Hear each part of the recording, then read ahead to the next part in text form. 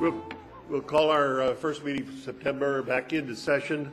We started this meeting a half an hour ago as a joint meeting with the Utilities Commission it's an annual thing where we meet with each of our commissions to talk about the services they provide to the city, and we recessed right at 7 or just before 7 that meeting, and we're sorry for starting 5 minutes late, but we took a little break. It was said at that time, before we started that meeting, we had an oral communications period, and the public could speak at that time. We will have an oral communications period very shortly. During that oral communication period, you can speak on any item of city business you want. We will then go through the evening, and with the public hearings, we'll have oral communications at that. When we get to the general plan issues, it's my intent to break it down into at least five, maybe 6 different segments, and have communications before each of those segments on that particular topic, so that we can deal with the issues, hear all of your comments, bring them back to us, and try to deal with them, and then move on. So for now, we'll start the meeting, but I want you to understand there's plenty of opportunity tonight for you to speak on the part of the general plan that you want to talk about, or on any other issue that affects the city of Lompoc. I'm going to ask that you all stand and recite with me the Pledge of Allegiance.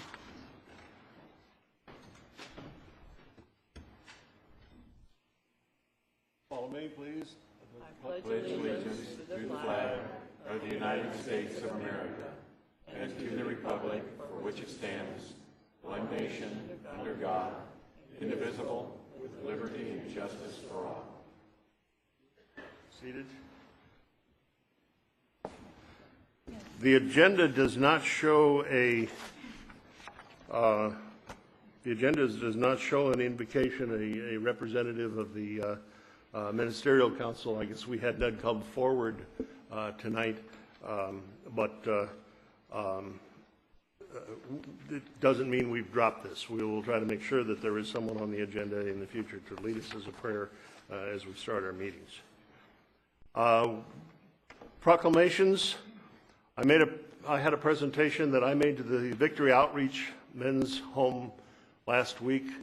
They graduated 6 members from their long-term residential drug abuse program, recovery program. These individuals were certainly inspirational in the attitude they reflected in their graduation speeches, and I was very happy to be there to represent the city at that celebration of that graduation. Tonight we have 2 presentations. To make here, and I'd like to call up first representatives of the Rancho Turismo Daughters of the American Revolution.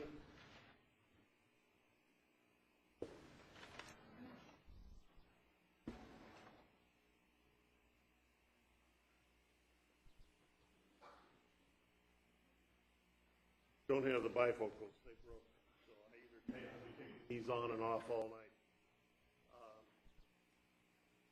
This is Constitution Week. The City of Lompoc has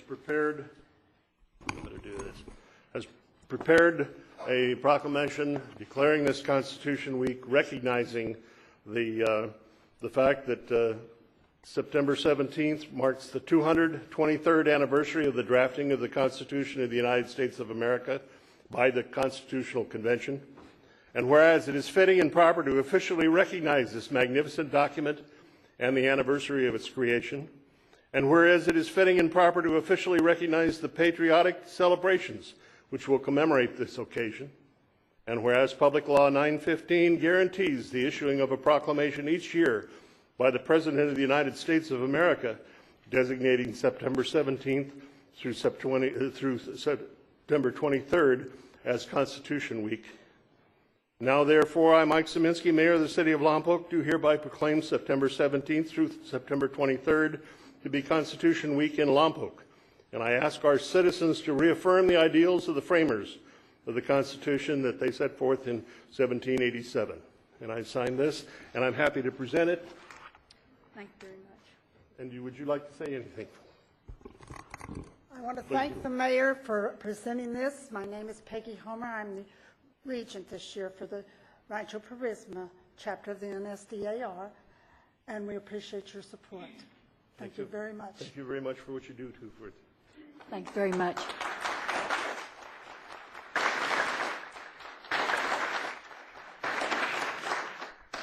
We have a second proclamation tonight. This is National Alcohol and Drug Addiction Recovery Month. And I mentioned the effort last week, and I was happy to be with Victory Outreach. This declares the entire month for recognition of these programs. And the proclamation reads, whereas treatment and long-term recovery from substance abuse disorders can offer a renewed outlook on life for those who are addicted and for their family members. And whereas substance use disorders impact 22.6 million people aged 12 or older in the United States, 9.2% of the population, which is more than the number of people living with coronary heart disease, cancer, Alzheimer's disease combined. And whereas people who receive treatment for substance abuse disorders can lead more productive and fulfilling lives personally and professionally, and whereas studies have consistently found that individual treatment is essential for people to be successful in their path of recovery, and whereas real stories of long-term recovery can inspire others to ask for help and improve their own lives, the lives of their families, and their lives of the entire community. And whereas it is critical that we educate our community members that substance use disorders are treatable, yet serious healthcare problems, and by treating them like other chronic diseases, we can improve the quality of life for the entire community. And whereas to help achieve this goal, the U.S. Department of Health and Human Services, the Substance Abuse and Mental Health Services Administration, the White House Office of National Drug Control Policy, and now the City of Lompoc invite all residents of Lompoc to participate in National Alcohol and Drug Addiction Recovery Month.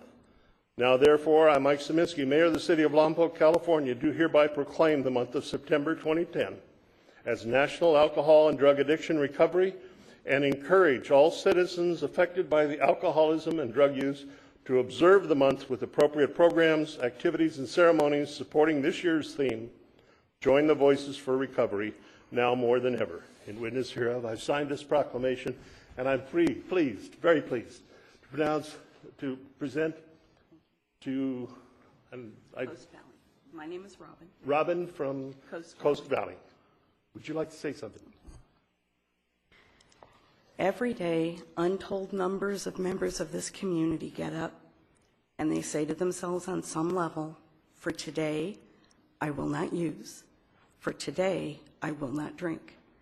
Every time one of them does this and makes it through that day, the entire community is enriched.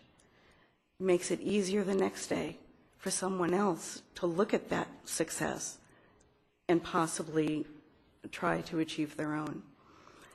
I thank the mayor and the city council for this recognition of National Recovery Month. I also would like to invite everyone here to our Day of Recovery celebration. That will be Sunday the 12th at the Veterans Memorial Building from 11 a.m. to 2 p.m. Thank you.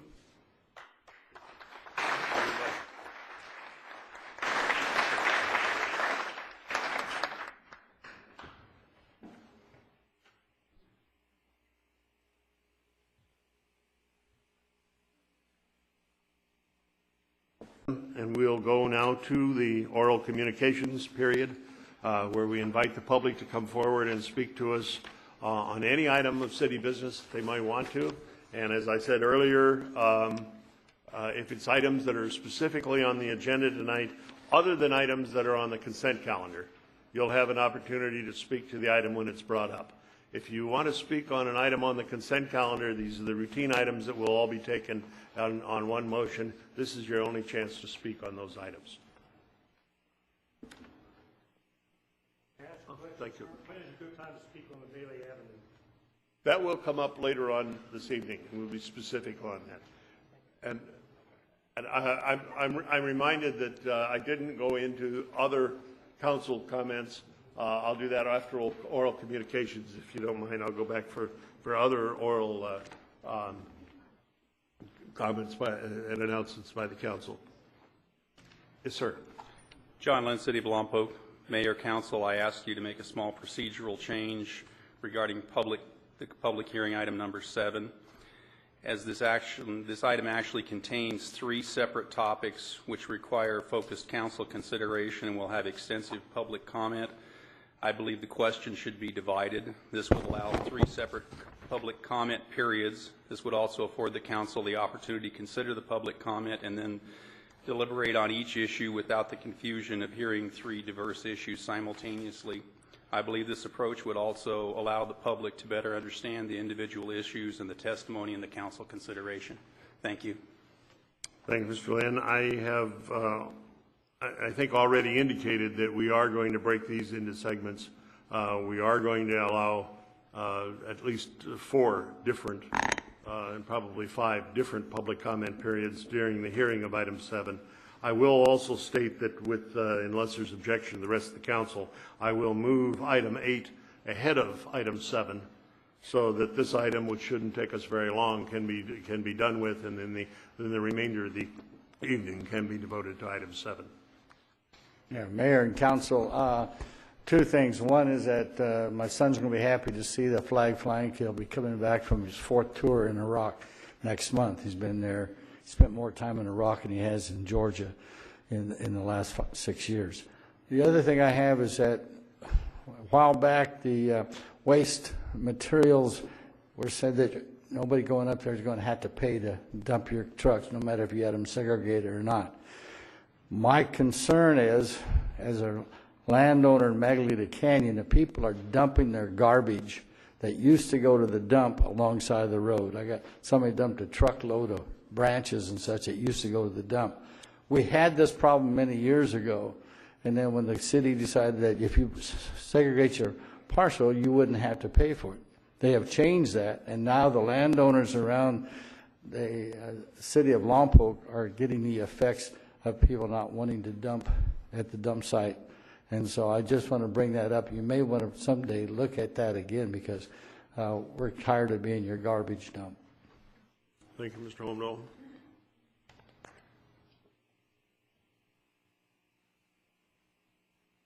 Are there any other comments at this time? Oral communications. Seeing none, I'll close oral communications and I'll bring it back to the council for council requests and council comments. Do we have any other requests? Mr. Lingle? Thank you, Mr. Mayor.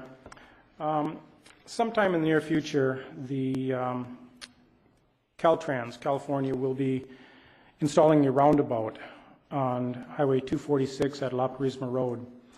And I know there's been open meetings, public meetings concerning this. They took public comment. I was at some of those meetings, and I don't recall many comments that were in favor of this roundabout out at La Purisma Road on 246. As a matter of fact, most of the comments were against this roundabout. It has been brought to my attention that a simple on-demand stoplight at that intersection could be installed, which would be much less expensive than the roundabout there. I realize it's not a city project. I realize it's not in the city limits, but I would like to see this brought back to the council, agendized for discussion, that we may consider sending a letter to Caltrans as the city of Lompoc, possibly objecting to this development out there. Thank you. I'd like to second that request. Okay. Do we have a third that vote here that wants to put this on the agenda for the future? Yes, Mr. Mayor. Okay. That can be added to a future item in the agenda. Is there any others, Mr. Lingle? No, thank you, Mr. Mayor. Okay.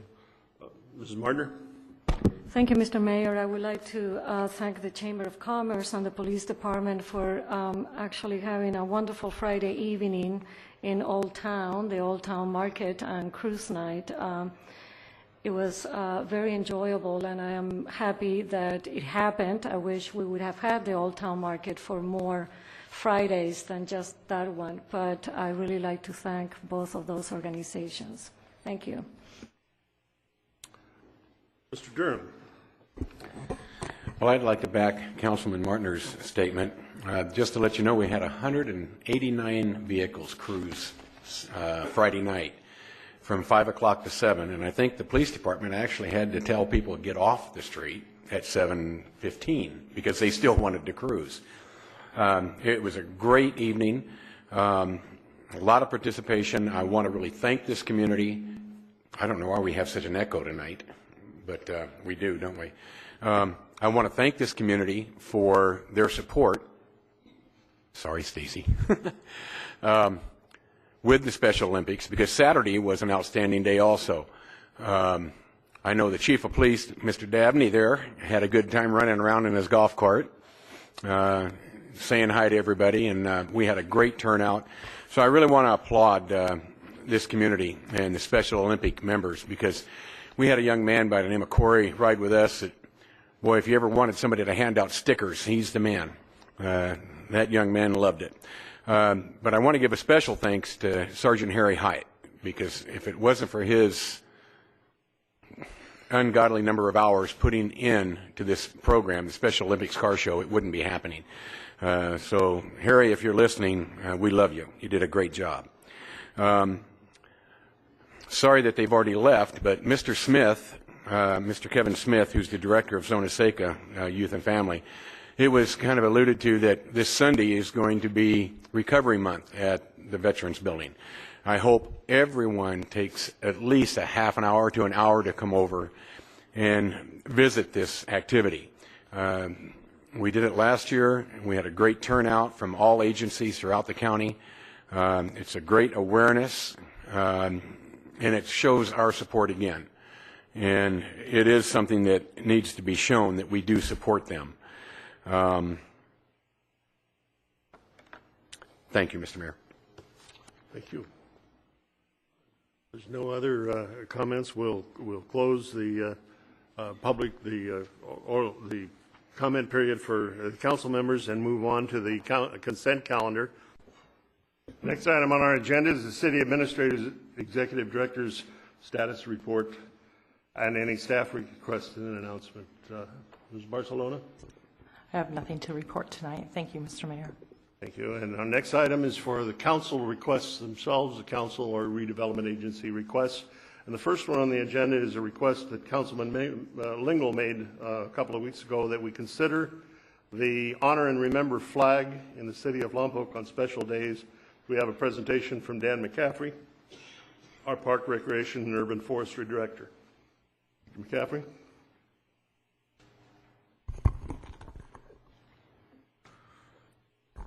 Honorable Mayor, members of the council, those in our audience, those viewing at home, and fellow staff members. At the City Council meeting of August 17th, a brief presentation was given by Deborah Argel Bastian during oral communications regarding the Honor and Remember Flag program. The Honor and Remember Flag recognizes all individuals who have died as a result of serving in the United States military dating back to the founding of our nation. At that time, a request was made to consider flying the flag in the city of Lompoc on special days. The cost for a standard screen printed 3x5 flag starts at $50 plus shipping and goes up from there. A 4x6 foot flag is $195 and a 6x10 is $350. Utilizing the 3x5 flag, for one flag to be flown here at City Hall would be $62, which includes the shipping cost. Other costs are available should you desire. Should council approve the posting of the Honor and Remember flag over the city of Lompoc on special days, a flag will be made available as early for this coming September 11th, which is this coming Saturday. The recommendation before you tonight, staff recommends that council consider posting the Honor and Remember flag on special days to acknowledge the sacrifice of our fallen military in the city of Lompoc, and that City Council consider the options of posting the flag at Civic Center Plaza on those special days and/or at the Ken Adam Park Flag Monument, which overlooks the city, and/or on all city flag poles, or to provide staff further direction. One last final note, just for your information, there are 10 city flag poles owned by the city of Lompoc. With that, that concludes my report, and I'm available for questions. Thank you, Mr. McCaffrey. Are there any questions or comments? We have any lights on? Mr. Lingle. Yes, Mr. Mayor, if you'd indulge, I would like to invite Mrs. Argel up and see if she has any additional comments she'd like to make at this time.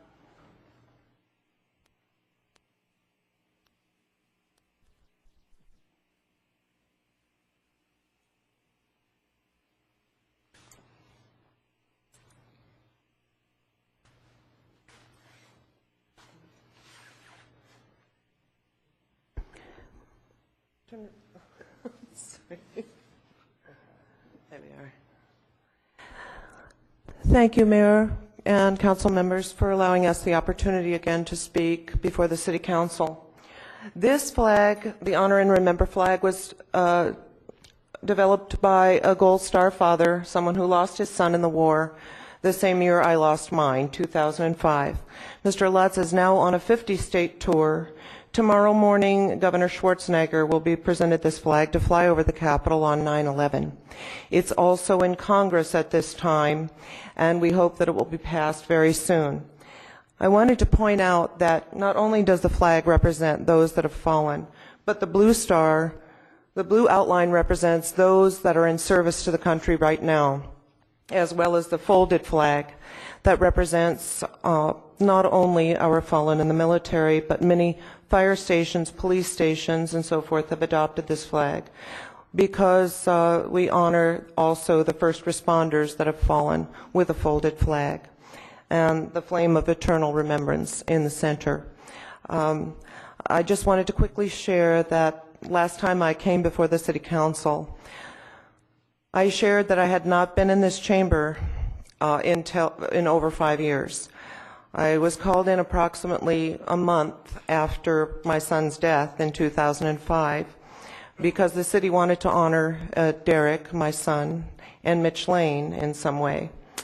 And I realized that that's been an issue in the city, how to do that. Building a monument or something like that is pretty out of the question at this point, and it doesn't honor everyone.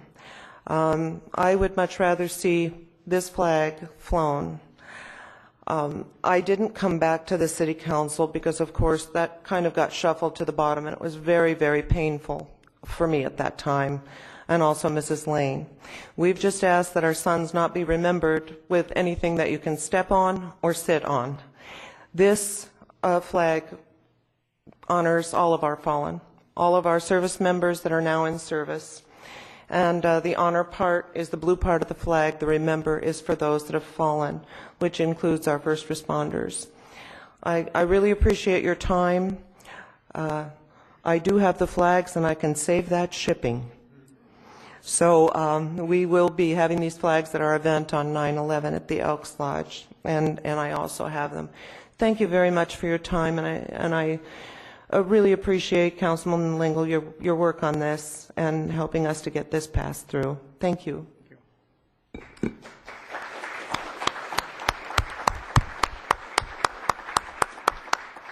you have any motion? Anything? Yes, I'd like to make a motion, Mr. Mayor.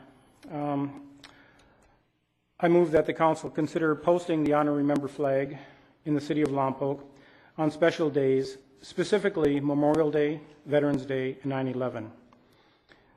To acknowledge those that have, not only those that have fallen, but all military and our heroes. Also, to consider the option of posting the flag at the Civic Center Plaza on the same special days and at Ken Adam Park flag monument overlooking the city and all city flag poles. Also, I'd like to see us pass a resolution adopting this flag as our way of paying respect to those brave young men and women that have served this country so courageously. And also I'd like to send a letter to Congress and to Sacramento encouraging them to adopt this as well. Thank you. I'll second that motion. I'll second the motion, period. The flags are $50 each, right? So how are we going to come up with $500? Well, if we do not have it in the budget, I will make sure that either myself or the city comes forward with it. I mean, I don't think that's going to be an issue. The money has been covered. Okay, I think that's not going to be an issue. Okay, I think that we have a motion and a second, and even though this, I don't know, we didn't call for public comment before we vote. We ought to, if we're going to take a specific action that's on the agenda. So I'd like before we vote on the motion before us, we ask if there's anyone from the public that would like to speak to this matter, if they come forward and give us their recommendations. Seeing no one rise, we'll close the public comment period on the item. We have a motion on the floor. What are the wishes? Let's vote on this. Passes unanimously. I have a question of Mr. McCaffrey, if we can. Down at Ryan Park, we have a flagpole that was presented to us by the Navy, I believe, in honor of the men that lost their lives in the tragedy at Point Honda down here when a bunch of Navy ships went aground.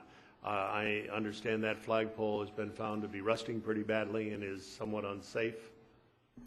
Is that correct? That is correct, Mr. Mayor, and just as an update, that flagpole has been removed from the property. Okay, to be safe. I'd like that to be incorporated in some way. That goes back to when people honoring and remembering young men that lost their lives in a Navy disaster going way back. And if we either can reinstall that, repair that, and reinstall that flagpole and that monument in the downtown Pocket Park, or possibly here as another flagpole, so that for the purpose of this flag, I'd like you to come back with some recommendations on that permanently. Very good. Okay. Any other comments of the City Council at this time? We'll close this item to the consent calendar.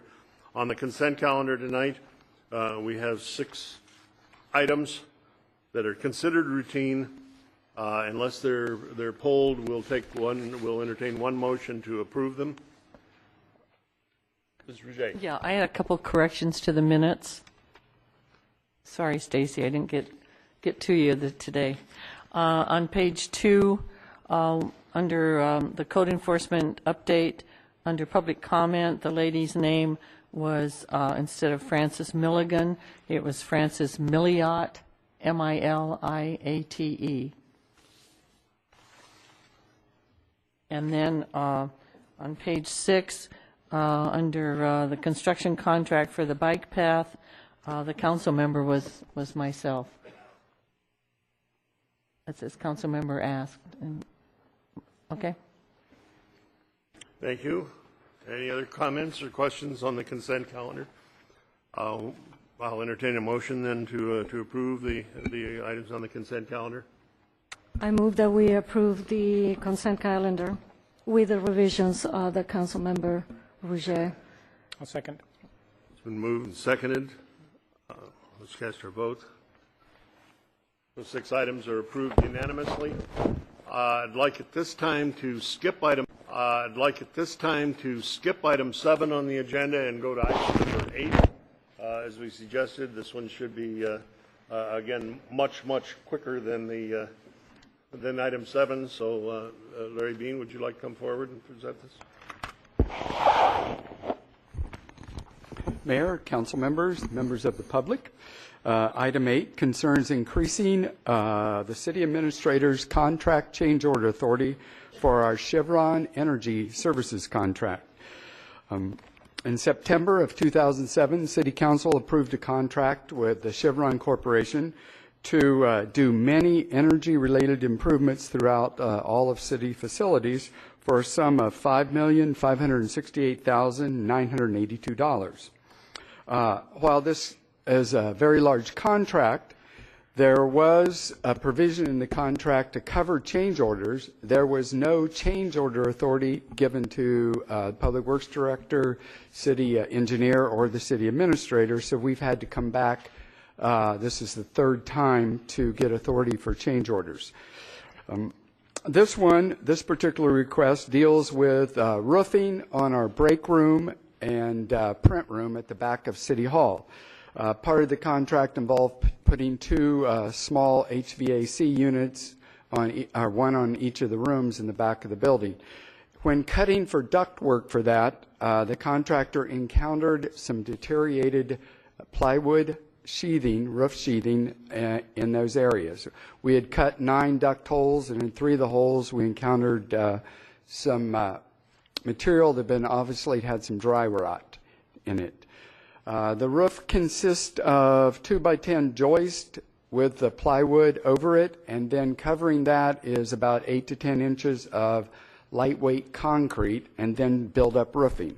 We believe that sometime in a past storm, water got into the into the insulating material and kind of acted as a sponge and sat there, didn't dry out, and ruined some of the material. We've have a change order put together with Chevron for a sum of $93,000 covering 500 square foot of repairs. This would seem like a large amount of money for a small area, but when you're doing this kind of work, you have to bring out all the mixing trucks, the pump trucks to come up with the lightweight concrete. It is expensive per square foot. Our low-end estimate is about 432 square foot of repairs. High-end may be as much as 860 square foot of repairs. We cannot really tell the exact amount at this time because there's no crawl space. The joist, the plywood, the insulating material, the roofing, they're there. You have to tear it off to see what you need to do to fix it. So we will keep it at a minimum, the amount of square footage we repair. The good part of this is Brad Wilkie found some money left over in several budgets from our last year's budget, and we found enough to cover the high end, $140,000. The good news is we may be able to, or we've turned a claim into our insurer for this roof damage, and we may be able to recover some of this money for that. If that's the case, our outlay would only be $25,000. So it could go from a low of $25,000 up to $140,000. Again, we're asking for authority for city administrator to sign a contract change order in the sum of $140,000. That concludes my report, unless you'd like some more details. We got any questions right now, Mr. Lingle? Yes. Mr. Bean, you said that possibly during a storm, water got in there and caused a dry rot. During this fix, are we going to locate the leak? How do we know it's not going to happen again once we repair it? Well, what we do to repair this, you have to tear off the roofing material, the build-up roofing material. We have to tear off the insulating concrete and get to the damaged plywood. By virtue of doing that, we're going to put essentially a new roof on. So we're going to cut it back to where the plywood is still good, and then completely redo and rebuild the roof. So yes, it would fix any old leaks. And we'd be comfortable that the leak is not on the far side and ran down one of the joists and got to the area that puddled? That doesn't appear to be the case. It appears to me that it was a very, very small leak, and the trees that hung over the roof didn't allow this insulating material, the lightweight concrete, to dry out. That would be my guess. It acted like a sponge and stayed there. I don't believe it was a large sum of water, or it would have come through and we would have seen it dripping into the rooms, and we never had that in these 2 rooms. Okay, thank you. Mm-hmm. Mrs. Martin. I have a couple of questions regarding the warranty. I mean, is it under warranty? No. Okay. No, the roof is very, very old. So it's an insurance claim. Okay. We have an insurer that insures our buildings, and Mr. Wilkie can come. Okay, so it will be an insurance claim. It's not a warranty. Correct. Are we going to get a warranty on the new roof? Yes. Okay, and that's going to be for how long? I'm not sure of the exact date.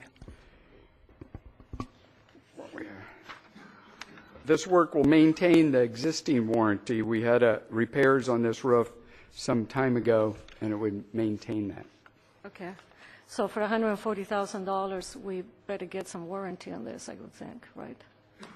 Well, I think it'll just extend the warranty that we had on the roof. That is expired. Well, we are exploring that in that there were some repairs made to this roof years ago, and through that, we may be within the 10 years. Oh, I see. There were some, so this problem had existed in the past. There were leaks in the roof throughout City Hall at I see. So it's over repairs. 20 years. Okay. All right. Well, thank you. Mr. Lingle, did you start to put your light on? Well, I started by putting my light on because you talked about an existing warranty, and I think you sort of explained it. So there may be an existing warranty that's going to cover this, or a portion of it. Could, yes. There may be insurance that's going to cover a portion of it. Correct. And we're working on those, but we're covered. We wanted to get a change order authority that covered the worst condition so we can proceed with the work. It's September. Storms could be here in November. We need to finish the Chevron project. We need to fix the roof as soon as possible. Okay, thank you. Thank you. I have some questions about the funding in the various budgets that money was found and that where it's going to come from. But I think I'll wait and hold those off for the budget review workshop because they're more general in nature than specific. And so I want you, Mr. Wilkie, to know that that I'll be asking those kind of questions at the budget workshop. At this time, I'm going to open the discussion to the public. If there's any comments on the item before us, before we deliberate, we'd like to hear your views. There is a time limit on this item, and if you watch the lights, thank you. It'll be really quick. John Lynn, City of Lompoc. When I read the staff report, I was concerned about the cost of the no-bid contract from a non-roofing company. I contacted a local roofer who spoke with a friend who is a dealer for Tremco, which is actually an aggregator of products. At $18,000 a square, I'm advised that's a roofing term equaling 10 by 10. This is about double the normal cost for a square of Tremco with the vermiculite insulation concrete repair. I also learned that Chevron is not a Tremco dealer and will have to sub this to a Tremco dealer. A second interesting fact that the roofer told me is that the initial bid is about $720 per 4 square feet, and any reduction from the 500 square feet, we will get a credit of only $520, and any increase, we will pay only $520. So considering the rather large price of this, I would ask the council to consider taking this out to bid. And, you know, you probably all know a roofer, call them and get an opinion too, but I rely on the individual I spoke to. Thank you.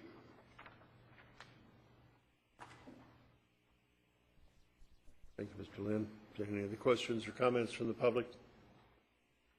We'll close the public comment period. We'll bring it back to the council. Can I ask Mr. Bean to come forward, probably to address the comments of the public?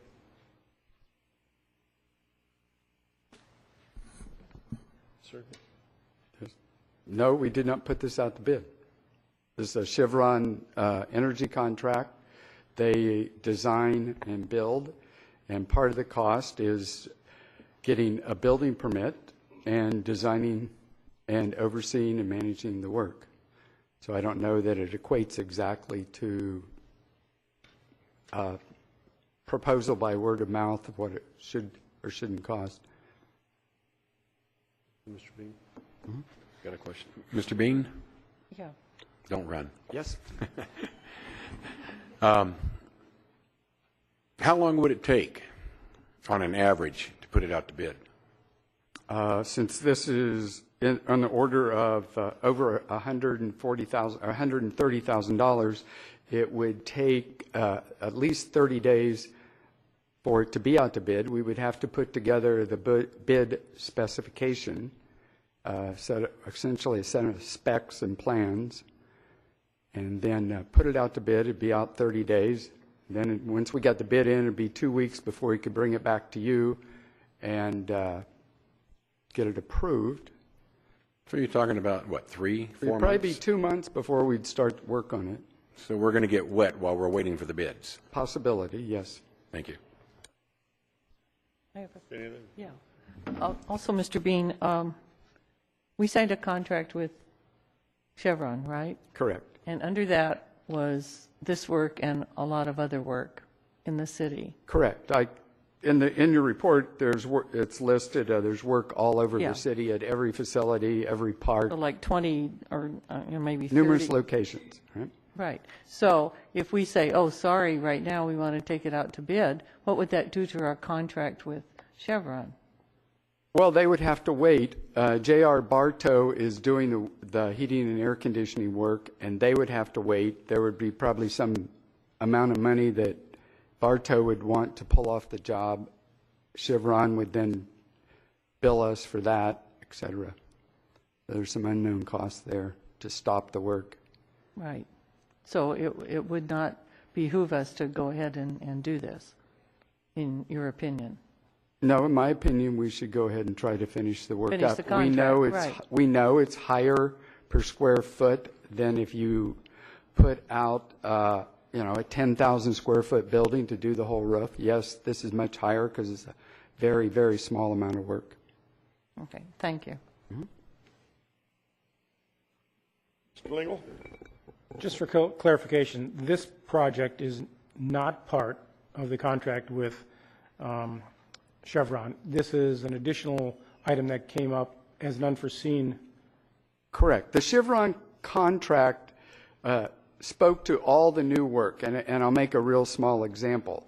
If you're adding new piping from a water line and you have to connect to the old pipe is damaged and rusted away. Chevron's contract did not pay for the old pipe.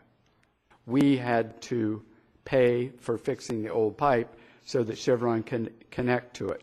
It's the same in this roof case.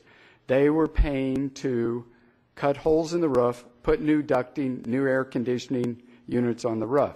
They encountered a damaged roof, so it's our responsibility to fix the damaged roof. Thank you. Mr. Mayor, I'd like to ask a question of Mr. Lynn.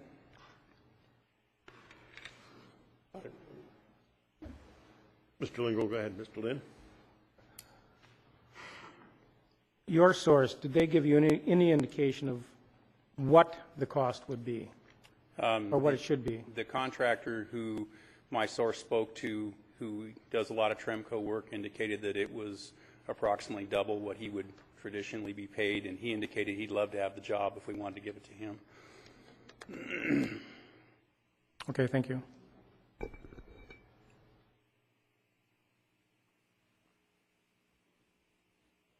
Well, I was going to go ahead and vote for this, but I think I'll answer one of the things that's in front of me. I spent 40 years in the procurement fields out on the base with contracts that were valued in the hundreds of millions of dollars. And whenever we had two contractors working a site, we received change orders and claims very high. If we've got a contractor right now that's on there doing the duct work, and if we award a separate contract for roofing and one delays the other, we suddenly get a claim saying, I had intended to do this day, but I couldn't do it because there's other contractors in there on that day. You need almost a traffic cop. And that's where the prime contractor comes into it, when you hold one contractor responsible. The prime is the one that schedules the work from 2 or 3 or 4 different vendors to make sure they don't conflict with each other and cause added claims. We don't have the people on our staff to write the specs. We don't have the people on our staff to do the inspections on a daily basis to make sure the work is done properly. That's all part of the added work that we pay for with Chevron when we put that on as a change order. At least That's the way we dealt out there, and that's, I'm assuming, the way that the city is working. Larry, are you nodding? Or, yes, okay.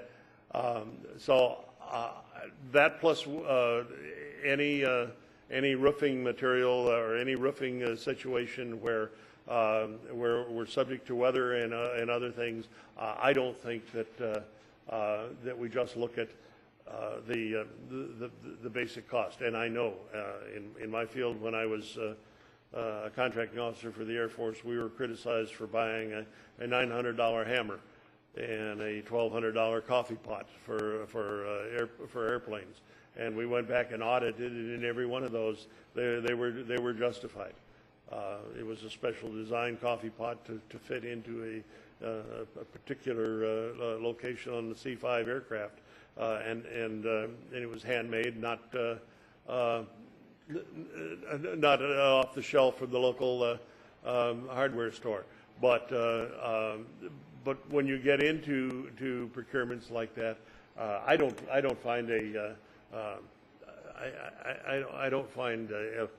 lot of validity in what in this as a complaint about city expenditure of funds. What are the wishes of the council with respect to the item before us? I move we approve the staff recommendation. We have a motion, I'll second it. and we have a second. Is there any comments or discussion at this time? Then let's cast our votes. No, I'm sorry, Bob, go ahead. Okay, I just have one comment. I will be voting for this because I don't feel, even if it's 50%, if we were to say 50%, the $70,000 is worth the delays and the potential conflicts with the other contractors out there. So I think it's potential savings of $70,000, but the potential damage that could be in there is at least $70,000. So that's the reason I'm voting for it. Yeah, I have a question for Councilmember Lingle. Where are you getting the $70,000 potential savings? I mean, we have a word of mouth. We don't have a document. We don't have a bid. So we need to make a bid to know that we're going to save that kind of money, I would assume. The high end is $140,000. Oh, so you're talking just within the same contract? Sure, yes. Oh, I see. So you're complaining that there is too much of a discrepancy between the high end and the low end? The difference, Too much of a gap? 140, 50% of that would be $70,000 if we were to save 50%. And what would be the right thing to do? Right thing to do is I'm going to be voting for this project to go Okay. with it. Thank you. Any other thing? All right, let's cast our votes.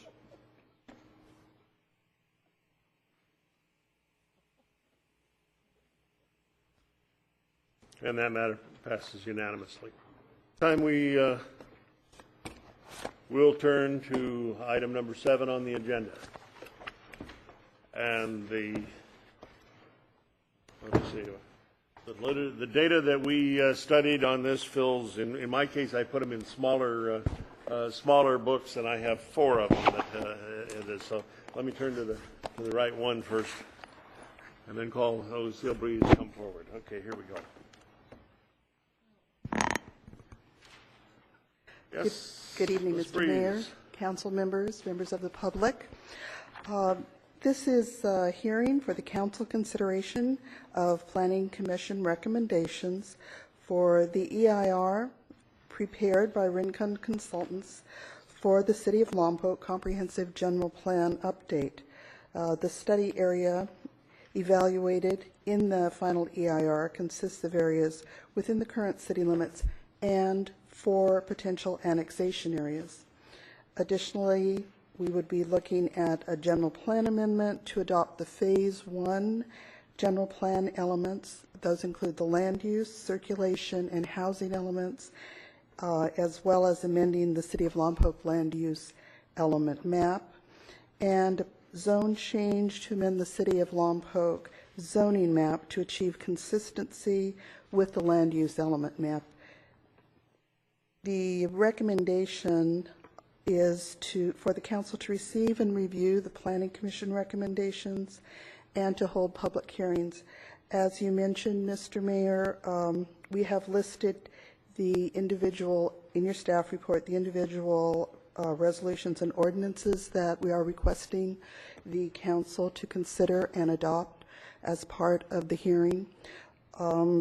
The first resolution is for the final environmental impact report, and that includes CEQA findings of fact, the statement of overriding consideration, and mitigation monitoring reporting program.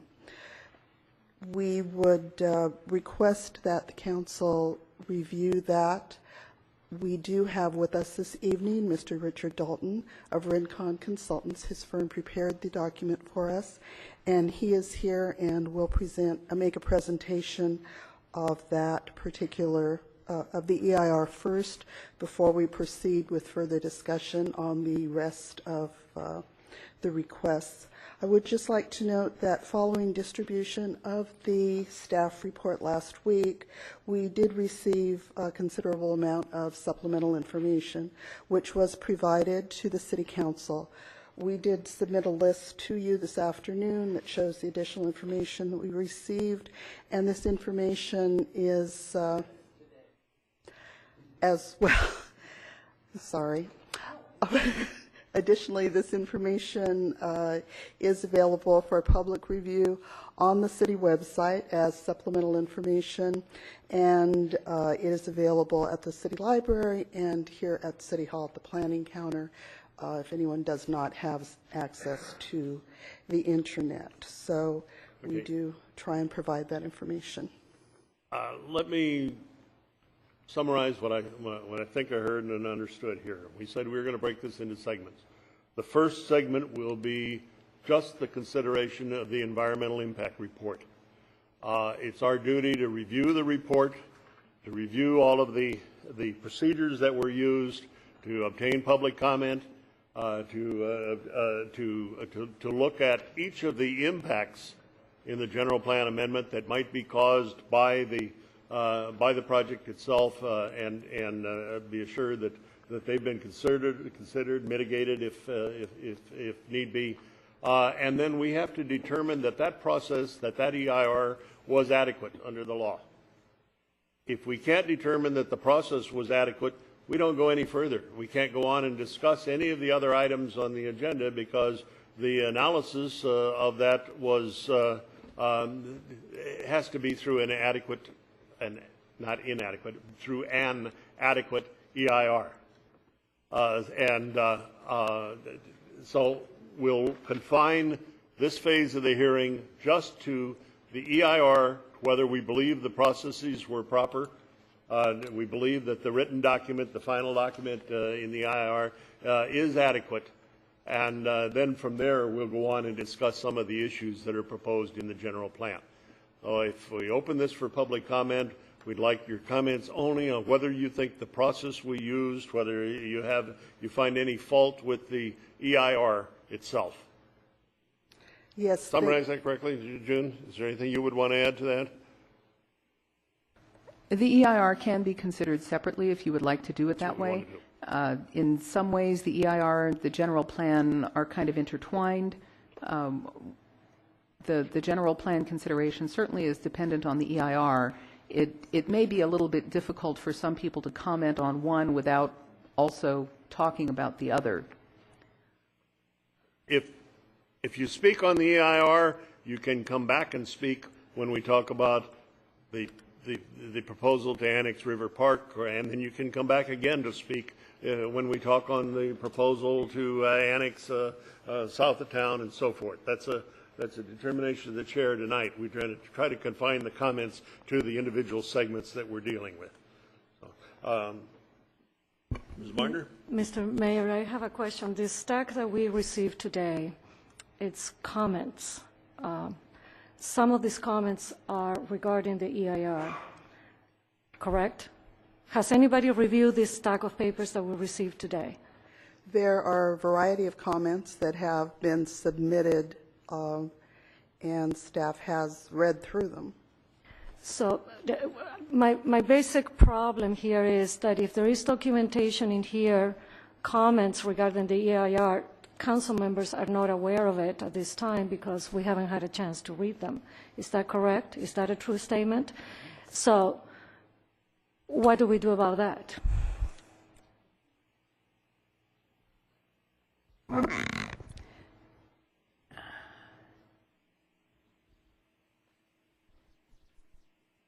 These comments do need to be considered, but they don't necessarily have to be read before you take more public comment. Certainly you would want to review them, consider them before you make a decision. But that goes to your decision as opposed to any other comment. So in terms of opening the public hearing on the EIR and hearing public comment, it isn't absolutely necessary to read the comments that you received today, but certainly before you make a decision, you should. Okay, very well understood. So that means that basically we're not going to be able to make a decision tonight unless we go away and read these documents, but we will take public comment. Am I correct in interpreting the sequence of events here? Am I? Yes, but I'm also to understand that we won't be able to take action on any of the other items tonight until we have certified that the EIR is adequate. You would not be able to take action, but that doesn't prevent you from hearing comment about the general plan or about the zoning. You can hear all of the comments before you take action on anything, which, as I said, may be advisable because some of these things, particularly the EIR and the general plan, overlap a bit. Let's, and given that, I would still like to, if it's okay with the council, categorize these. If we have any comments tonight on the EIR, I'd like to open public comment and hear them at that time, and then try to and then satisfy ourselves with respect to our understanding, except for those written comments, and then come back and deal with them. Because if we have any serious objection to the EIR process, I think it's a waste of our time and the citizens' time to go into a public hearing on those items. If there's a serious consideration, then we have to go back into a public comment period after we resolve the issues on the EIR, which is effectively starting over with public comments on let's just say, any one of the annexations. In a way, though, that's why I think it actually would help to hear all the public comment on everything, because the EIR and the general plan are interrelated. What are the wishes of the council on that? I'd like to make a comment. Most of the pile of papers we got today are in regard to the zoning. That's today. One of the items in the packet, which we already had, was from about the EIR, was from the Open Space Preservation Education Network, and we already had that item in our packet last week, or Friday. Yeah, September 3rd, it was received, correct? We distributed it actually in your packet. Yeah, so this is a duplicate of what we received. That's one thing. The rest of this stuff, excuse me, people, the rest of the comments, as near as I can figure out, as I say, I just saw this at 6 o'clock tonight, are about the zoning changes that a lot of people are concerned about. So I didn't see anything about comments about the EIR in this pile of papers here. Is that correct? Generally, that's correct. The one letter that you did refer to, which you did have in your packets last week, Right. was the one that basically addressed the EIR issues. Okay, so, you know, I really feel we could go ahead with the EIR things. As far as the zoning, I'm going to need a lot of time to read this, so later. Yeah, I think you're correct, and there is only one that is regarding an annexation, if we look at it, that came today at 6 o'clock, and everything else is just zoning from the 6 o'clock. today. Okay, then, This package, now, there is parts of this package that are redundant, correct? That's correct. Okay. Understood. Mr. Mayor? and as we said, Mr. Lingle. I just have a question for the city attorney. Assuming we get through public comment on the EIR, and we feel comfortable voting on that, and we're also going through public comment on the other issues, if we're unable to get to those, we come back and we adjourn, come back for another meeting. Are we required to then address additional letters that come in concerning those issues, or if once we close public comment, will it be closed? There's nothing you can do to prevent people from sending you more material. It's the comments that you receive before the end of the public hearing that are the ones that you must consider. And again, because of the overlap between the EIR and the general plan issues, it is possibly more effective to hear comment on all of that, on the EIR, on the various aspects of the general plan, before making a decision about the EIR. What I'm okay, I understand you. What I'm trying to clarify is that we hear all public comment tonight. We close public comment. If we get another stack a week from now when we come back to finalize, make our decision on the other two items. You are not required to consider it, but you may. Okay, thank you.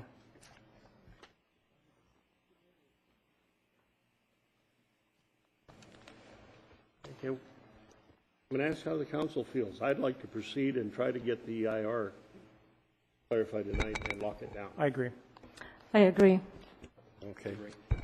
Let's hold our public hearing. I have a couple of questions before we even start asking the public for comment. I'd like, excuse me, Mr. Mayor, but Mr. Dalton has a presentation to make to you on that EIR before we go to that point, as part of the staff report. We can look at that. Mr. Dalton? Okay, thank you.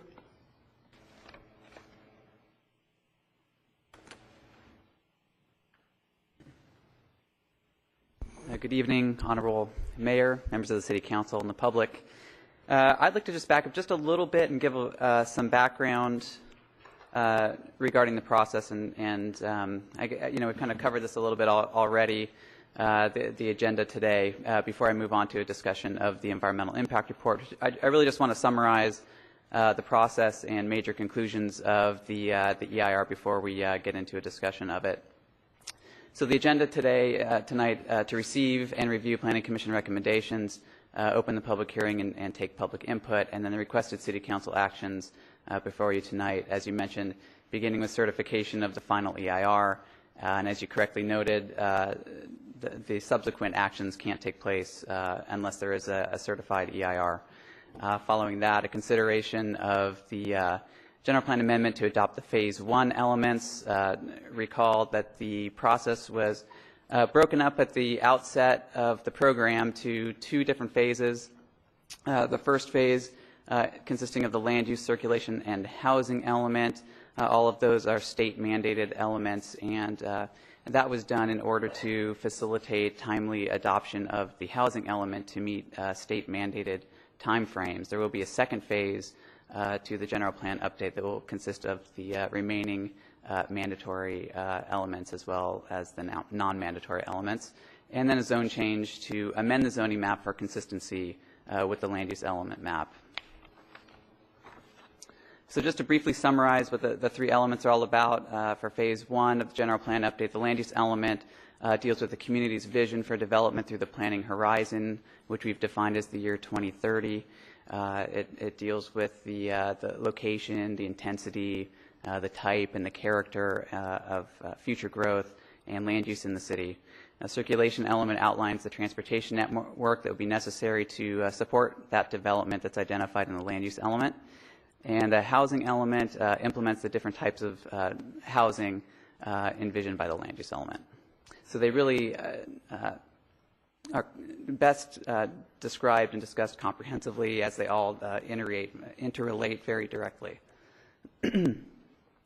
As far as the general plan EIR is concerned, recall that the draft Phase 1 elements were prepared based on a preferred land use scenario, which was a set of expansion areas and land use changes that were endorsed by the City Council and Planning Commission for further study in the environmental impact report. And we also developed the policies of the elements around that preferred land use scenario. The draft EIR was prepared and distributed for public and agency review. Just as a quick reminder, the environmental impact report is limited in its scope to physical changes on the environment. It only deals with economic or social or other effects if you can draw a direct connection between those effects and some physical change on the environment. After the draft EIR was distributed for public review, we received 8 comment letters from members of the public and other agencies. And based on those letters, a final environmental impact report was prepared, and that document consisted of revisions to the draft EIR that was circulated to the public, all of the comments that were received on the draft EIR, and formal responses to each comment received. And the EIR is a very comprehensive document. It looked at a number of environmental issue areas. For most of those issue areas, we were able to identify mitigation measures that would reduce any identified impacts back below threshold levels. For a few issue areas, however, no feasible mitigation was available to reduce those impacts back below threshold levels, and they're accordingly described as significant and unavoidable impacts. I'd just like to briefly summarize each of those. One is related to agricultural conversion. That's conversion of both active agricultural lands as well as areas that contain prime agricultural soils. That would apply to 3 of the expansion areas that are under consideration, Bailey Avenue, the river area, and Miguelito Canyon. In regard to air quality, inconsistency with the Clean Air Plan, which is a regional plan to reduce basically smog emissions in accordance with state and federal criteria. And the threshold for identifying that impact relates to increases in population and what that does to the average rate of vehicle miles traveled in the city. And due to the growth in the city, including on the outskirts for some of the expansion areas, that was identified as a significant and unavoidable impact. Another is in regard to cultural resources, and this related to development within the existing city limits and potential impacts on historical buildings and districts as properties redevelop. With regard to traffic, a number of potential impacts were identified, but most of them could be mitigated by certain physical improvements, signalization, adding a lane here and there. But in one location, the identified mitigation was determined to be infeasible because it would require acquiring property in order to add a lane, which might be cost prohibitive. So CEQA does plan for these cases where you have significant and unavoidable impacts, and it requires that a statement of overriding considerations be adopted in those cases. And that's really an acknowledgement that there's potential impacts, environmental impacts from the project, but that they're outweighed by the benefit to the community.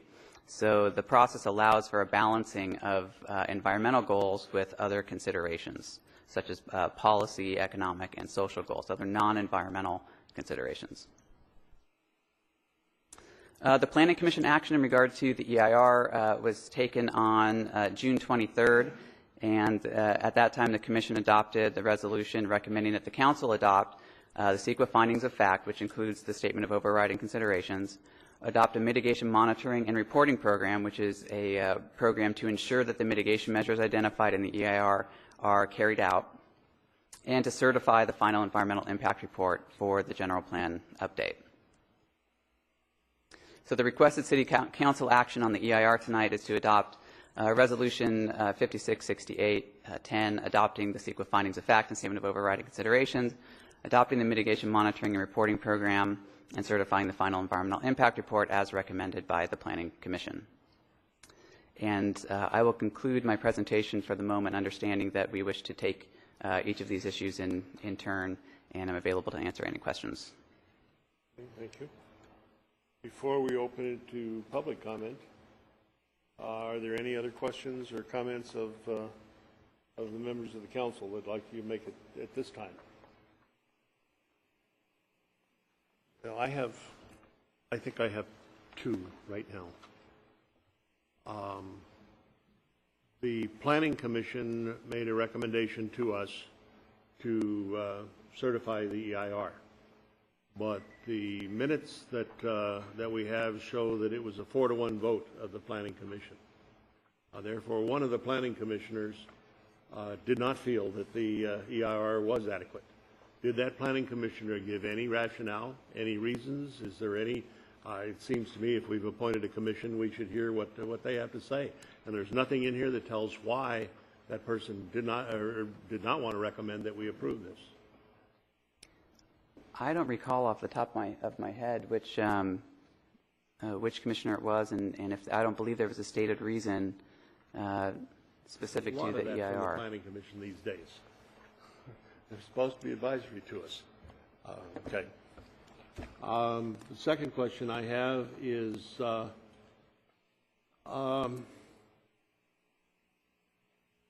if something stays the same right now from the old zoning ordinance to the current zoning ordinance, the vacant lot down here is zoned R1 and it's going to stay R1, then there is actually no change caused by the new zoning ordinance. That we don't study the environmental impacts of leaving that particular site R1. Is that correct? That's actually a great question in regard to the California Environmental Quality Act. We're actually required to do both. We're required to look at a baseline of what's physically on the ground at the time the process begins for the EIR. So a vacant parcel may be designated for, let's say, some sort of commercial use, and the effect of the general plan is to allow for a more intense commercial use. And we're required to look at in the body of the document not the difference between what's currently allowed and what would be allowed with the plan, but what's physically on the ground now, which in this example would be a vacant lot, and what's planned. However, we do provide the analysis that you're also referencing, a comparison between what is currently planned and what would be planned with the update in the alternative section. We have what's called a no project alternative that looks at build out under the existing general plan, and it compares the impacts of that with the impacts of build out under the general plan update with the corresponding land use changes. Okay, given that, I don't think I understand that there is an impact on the Bailey Avenue corridor, because there is basically no change from what was in the general plan that was adopted 15 years ago. And at that time, if there were the impact of the loss of agricultural land, that would have been mitigated, that would have been dealt with, that would have been treated by the EIR at the time that was approved. There's no change in the loss of that land because of this because it's defined in this project, and yet it's defined as a major impact. And I guess I don't understand the consistency. Well, that's certainly inconsistent there. Well, no, that's certainly a factor you can take into consideration in your deliberations. CEQA, though, is very clear about the comparison that we need to make when we do our impact assessment, and that's the comparison between what's physically on the ground, which would be active agricultural operations in certain portions of that annexation area. And so it may be a consideration, but we are required to disclose that as part of this documentation. Okay, and I said three. I said two, but I mean three. During this last week, we received a half-inch thick package that was headed by a letter from Attorney General Brown to Tulare discussing the adequacy of the EIR in a project there and the procedures that were used, some of them that the Attorney General found were unacceptable in the processing there.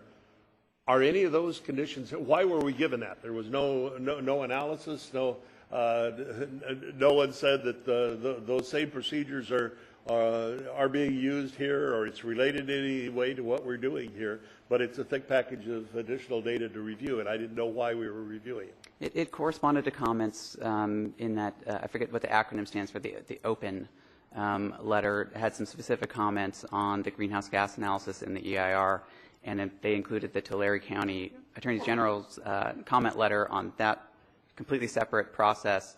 I think just as an example, I do want to point out we did not receive a similar letter from the Attorney General's office for this document in regard to Lompoc.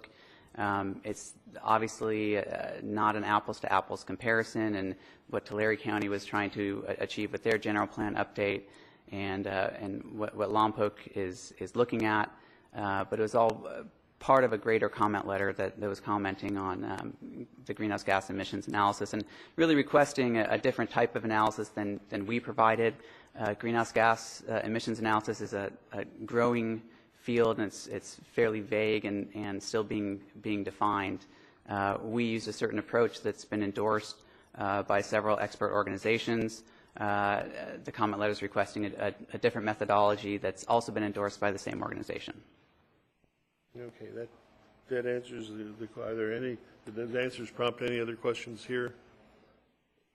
If not, then I'll open public comment on the EIR process. The EIR and the process that we used, and I'll ask you to observe the lights as far as the time. Hi, I'm Warren Culberson. I'm not even sure I know how to do this, but I guess the first question I have is, you're targeting, basically, from what I understand, the year 2030, is that correct? So you're trying to reduce the impact that existing buildings and the existing civilization is having on the environment and hoping to improve it by the year 2030, is that correct? Is that correct? We'll take comments. Well, I'm trying to figure out what this is the environmental impact report, and that's what they're setting out to do. Is that correct? Okay, maybe normally we take any questions and try to answer them all at the end of the public comment period, but I understand that is my question. Confusing. It is confusing to us. We'll try to answer them individually as we go through. Well, that's my first question. Is that correct? Do you have more questions? My second question is, does the report take into account any technology that's going to exist in 2030? Do we even know? I mean, what exactly is the environment we're planning for in 20 years from now? Okay. That's, I guess, my question. You're shooting for a target, and I don't think you know what that target is. I understand. Mr. Dalton, would you like to try to answer that? Sure. I mean, what the EIR does is it looks at the full build-out horizon of the general plan update, which is through the year 2030. Now, we can only evaluate to the extent that the tools and mitigation options are currently available to us. So we're doing the best we can with what's available. It being a more programmatic undertaking, though, a general plan update with such a long horizon period, we are able to devise more flexible mitigation measures that allow for new technologies to be taken advantage of as they come online. But that's as far as we can take it. Anything more than that would be speculative, and speculation is something that CEQA really expressly prohibits. Thank you. The next comment. Mayor, fellow council members, my name's Nicholas Gonzalez, and the reason I'm here is to comment on Mayor Szyminski's request. You had requested under normal circumstances in June. You may want to let me know if it would be appropriate. I wouldn't be here speaking as a planning commissioner, but the question arose as to who did not certify the environmental impact report, and that was me. And there was comments within the notes. The comments indicated the primary concern was somewhat procedural in that we're taking this environmental impact report in multiple phases, phase 1 and phase 2. You're going to certify the environmental impact report in its entirety today. So my concern was, one of my concerns was anything that I decided in approving that environmental impact report may be proceeding, seeing the other data, and as June stated several times, they overlap. That was one issue. The other issue was that there were several items that were carried forward from the previous general plan, and my understanding and questioning was that there were no environmental studies on that. And so those were two overriding factors. And there were some other factors. I had requested the presence of public safety regarding several annexations And so without going into great detail here, those were the basis for my denial. Thank you, Mr. Gonzalez. Mayor, if I could just ask a question to clarify. Commissioner Gonzalez said something about there being two parts to the EIR. There are two parts to the general plan update process. We're dealing with some elements now. We're going to be dealing with other elements later. The other elements, if I remember correctly, are not addressed in this EIR, or are they? They're not. They will come as part of Phase 2, which will have its own supplemental EIR that will tier from and build upon this EIR that only covers the land use, circulation, and housing elements. Okay. So you would not be certifying an EIR now for general plan elements to be adopted in the future. I also want to clarify, a couple of times, Mayor, you've said that you'll take comments on the EIR process. It wouldn't be just on the process, it's on the substance as well. Thank you. Next speaker. Yeah, thank you, Mayor Szymanski, members of the council. I'm Lee Maldiver, resident of Santa Barbara County, longtime resident of Santa Barbara County. First, as someone who spent many years on the board of the Santa Barbara Region Economic Community Project and was on the advisory committee, as Councilwoman Rouget remembers, with Dr. Ram Natesh to build economic opportunity in the area, I'm a little bit concerned that the economic report appended to the EIR is not adequate to the standards that the City of Lompoc tries to meet. Number two, I was looking at the text for reference because they're seeking overriding findings of consideration, and there's no reference to the state white paper from 1995 on Beyond Sprawl that was adopted by Governor Wilson and was authored by Rich Morrison, which is still a seminal document in regional thinking. I saw no response in the AR to the comments that were forwarded by the new State Resources Secretary, Lester Snow. I'd like to point out, as Councilwoman Rouget has indicated earlier, and a couple of the others, that although it may be legal if you allow your attorney to guide you through the process, it is very unusual to receive such a large number of comments on such an important document, which is going to shape the community for the next 20 years, 1 hour before the meeting convenes at the end of a 3-day holiday weekend, especially when the staff was not in their offices to answer questions. That's a concern for me. I think with the question of the potential conversion or rezoning of prime soils, that you need a stronger foundation to frame your overriding considerations to really make them defensible, especially the mayor rightly mentioned the previous EIR that you're building on, and there were a number of goals and objectives in that document, which I know you've referenced over the years, about commitments to downtown Lompoc and other projects within the existing city boundaries themselves that are still not met. And the idea of expanding your urban sphere based on findings of overriding consideration while you have these unmet official city goals and objectives from the previous plan means that the level of overriding consideration that you'd have to come up with, I think, are going to be even a little bit higher. So given what a large volume of mail you've just received, I would really recommend that you consider at the end of tonight's public hearing continuing it for 1 week, not so much for the public to read the pile, but that every member of the council and of course your own legal staff have read every possible remark so that there's not something in there about the adequacy of the report or your ability to move forward with it that you're accidentally leaving out. Thank you very much. Thank you.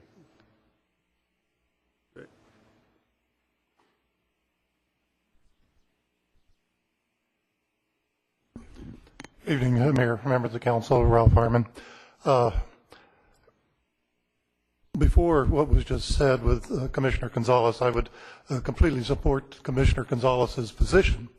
However, what I'm hearing is that there is absolutely nothing in this EIR that's being presented that you're going to certify, perhaps certify this evening, that's going to have anything to do with the phase 2. I'm sorry, I find that a little difficult to believe that there's nothing in this EIR that's that you can just set that part of the EIR aside and go on to phase 2.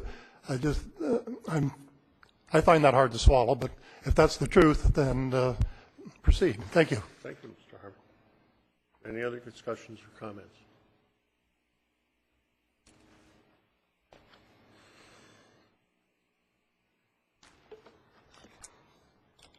Good evening, Mayor Saminsky and council members. My name is Christina McGinnis. I'm here on behalf of the Open Project and the Environmental Defense Center. And I am focusing my comments this evening on Bailey Avenue, but since you've separated out the request for the EIR, I'd just like to point out a few things that have been just noted deficiencies in the EIR. The first is that we provided extensive comments, scoping comments, back in 2008 on this document, and yet we were not notified of the draft EIR release, and when I found out that the final EIR was in fact coming out on this, I was told by city staff that I was inadvertently left off the mailing list. So therefore, some of these comments that we have put forth at this time on the final EIR, particularly related to GHG emissions, we request respectfully that in the final EIR that these comments are addressed. We have not requested a recirculation due to just trying to be in good faith here, but we would hope that those comments could get addressed. I would like to echo Mr. Moldaver's suggestion that the statement of overriding considerations, particularly for the expansion areas in this project, the general plan project, the need for a finding of public benefit is a critical component of a finding of statement of overriding considerations for your council. And really, as I'll get into later when we talk about Bailey Avenue, there is not a public benefit from this project. And finally, as I commented in my letter, the mitigation measure that's been put forth to look at reducing agricultural and land use impacts for the PACE program is basically unenforceable. So those are just sort of some procedural things, but I'll be speaking about Bailey Avenue later. Thank you. Thank you. McMahon.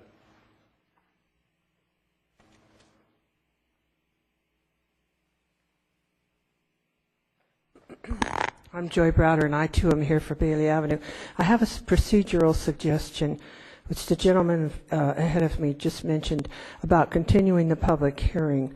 This has been done in the past. There was an appeal one time. This is not an appeal, but it was done in the past when the meeting on a controversial issue drug out until 1 o'clock in the morning. In fact, I think that was the issue that caused the council at the time to set the 11 o'clock deadline. Anyway, they continued the public hearing because the developer still had evidence he wanted to present in the appeal, and they picked it up later.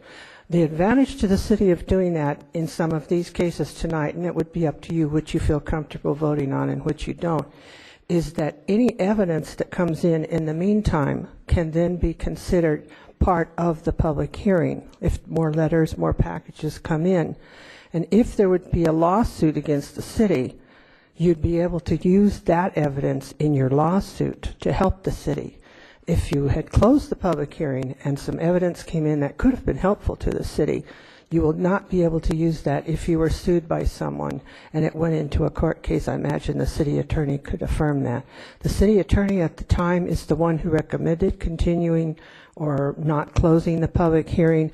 And believe me, if there had been anything wrong with it, that developer would have sued because he lost the appeal. So it's just a suggestion. Thank you. Thank you. Is there anyone else that would like to speak to the item before us? Whoop.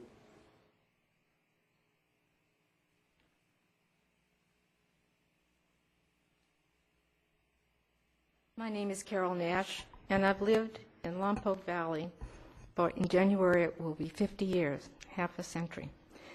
And I've watched the booms and busts in this town that have occurred over the time when we have had great expansion, and then all of a sudden, primarily because of the base, there'd be a great drop, or in everything that's going on, it'd be a bust. And everything was, whole streets of houses were left empty in some cases.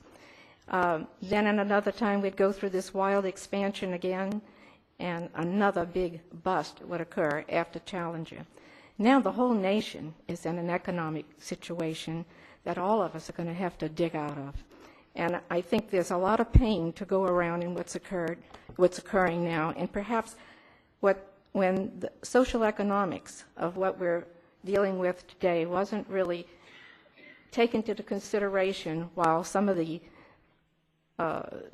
things were being considered, the expansion areas particularly, were being considered during the makeup of the EIR. I was here doing some of the scoping hearings, and I was here for one of the Planning Commission hearings, and I listened to the Planning Commission, all really, except for maybe the developers in areas where they thought that few people would have a benefit. The public benefit would be, frankly, to concentrate on the heart of the town, the core of the town, which keeps us all alive. When I came to this town, there wasn't any place for me to live practically, but there was a very energetic town. People went downtown to shop, they communicated downtown, they did everything. As we moved out into all of these areas, it got farther and farther away, and people participated less and less. We're going through that again now, but let me show you something that's not certainly complete, because I didn't even think about it, but when I first started reading the back section of the Lompoc record to see how many people were in bankruptcy or in foreclosures, and I started just ripping the back page off the sports section. I started with a little package like this, and I've got 2 baskets now like this of the pain of people foreclosing, losing businesses. You know, if you're going to go out to Bailey Avenue for businesses, let's reconsider that. The town is dying downtown. There are a lot of empty places. They're all in here, and they're in another whole thing, and this isn't everything.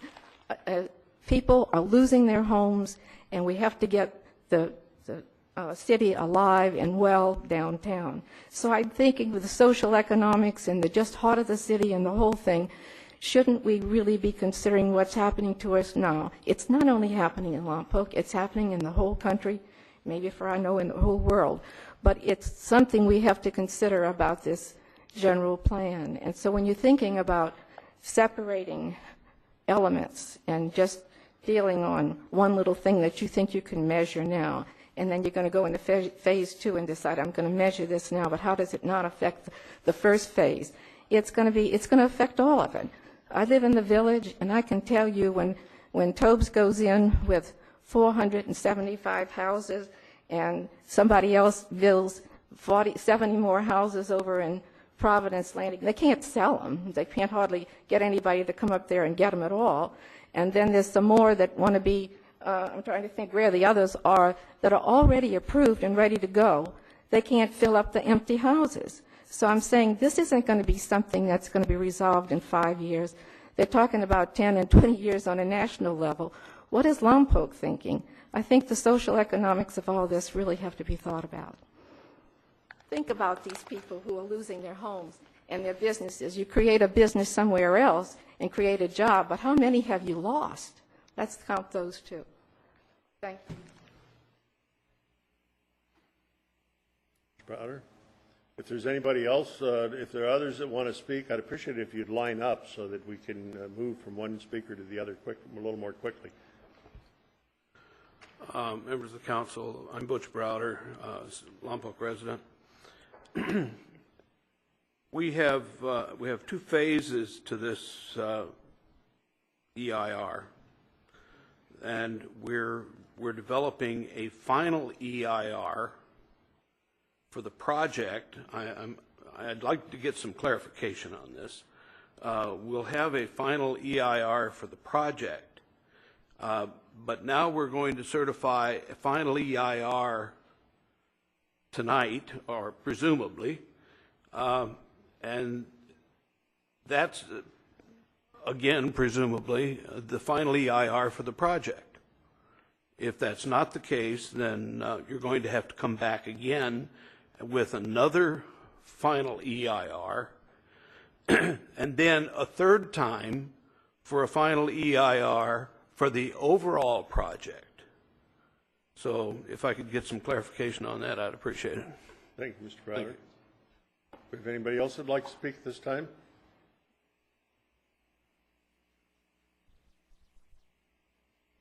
Good evening, Mayor, City Council. Joyce Howerton, SB Can, resident of Lompoc. Significant unavoidable impacts. Agriculture conversion, Bailey Avenue, Magalito Canyon, and River Park area. Statement of overriding consideration, benefit to the community.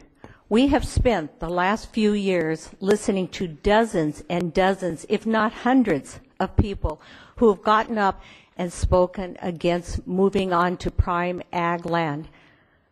Prime ag land that brings in thousands and thousands and thousands of dollars to our community. I'm sorry, it just doesn't equate. We cannot get rid of prime ag and say that this is a benefit to our community. The people in this community have told you time and time again, it's not a benefit. We don't want it. We want to keep what we have. And I would really hope that you would listen and look at the EIR and agree. Howard, please, let's get through this tonight. Next.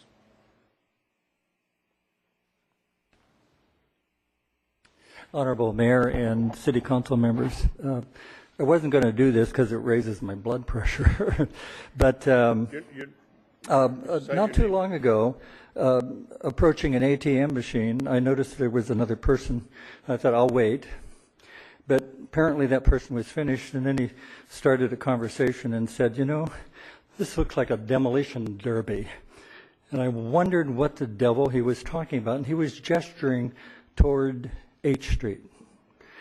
And I remember in this very room, I think it was about 2 years ago, the firm that was consulting for the general plan projected on the screen one option, which I thought was the most real option that there was, and there couldn't be any other, and that was the North H Street corridor. And what they were talking about was mixed use. They were not talking about sprawl, moving out into other areas. They were talking about making this a viable city once again. And I think that would be the answer to that fellow that said it looks like a demolition derby right now. Thank you.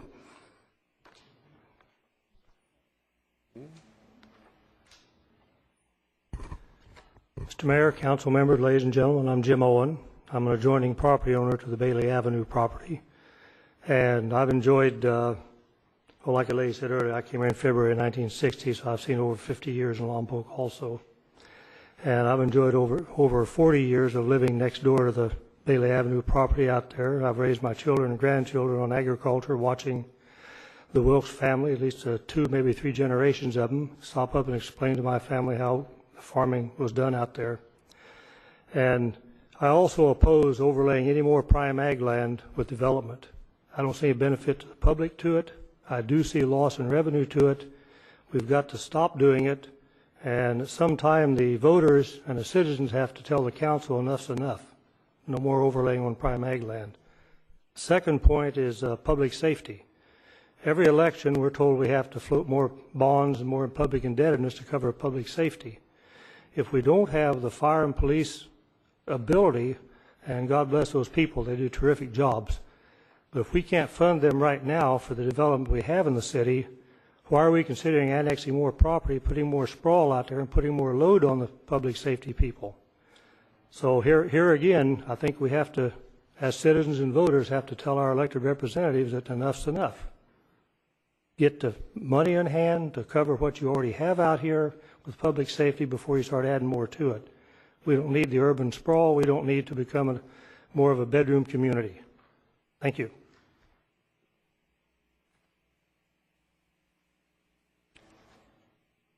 Anyone else? Seeing no one else rise, we'll close the public comment period at this time, and we'll bring it back to the council. Pardon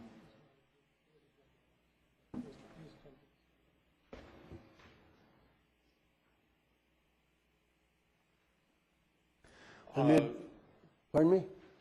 All right. I had asked earlier if there was anyone else wanted to speak, and no one rose and no one indicated, and so I closed the hearing. So let me just ask if there is anyone else that would like to speak.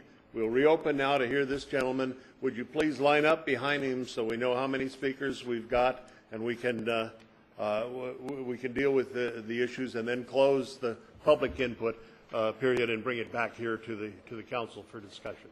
Yes, sir. Would you state your name? My name is Ed Wyman. I own property in the Bailey corridor. I've written you a letter, and I'd like to just lay a little history out of Lompoc. I thought of this just yesterday and today. I've done no research. It's pretty fuzzy in spots, but nonetheless, it's a general idea. They set up a colony here, and they got settlers to come in and develop the property and sold them lots, just like they do today. The idea was the owners had held a mortgage, felt that the people could not survive, and they would get the land back with the developments. The people were industrious. They went out, cleared the land, and grew crops on that good ground. The crops were successful. They were able to pay off their loans and establish the city of Lompoc. That was done on your west side. That's the way I understand it.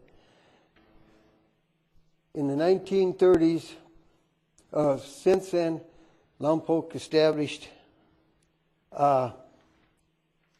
various crops were grown in this area that could not be duplicated in other areas, such as their flower seeds. We grew vegetables. They grew beans and so forth. They 1930s, this country was hit with two disasters. One was the financial disaster. The other was the Dust Bowl. You've all seen pictures and television of what went on in the Dust Bowl. Those people had to pack up and leave. A lot of them come to California looking for work. They were agriculturally oriented back there, and they had to fall on agriculture to survive here for a job. How many came to Lompoc, and that land provided them work so they could reestablish and get it going today? I don't live here. Couldn't answer that question.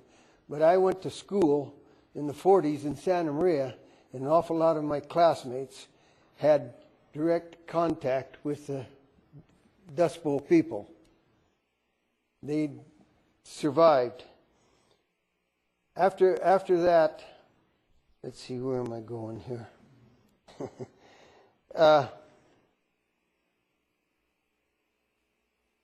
Let's see, after that,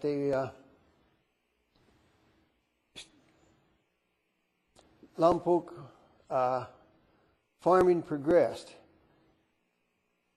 On all this time, I have never heard of a failure. Was the time up? No.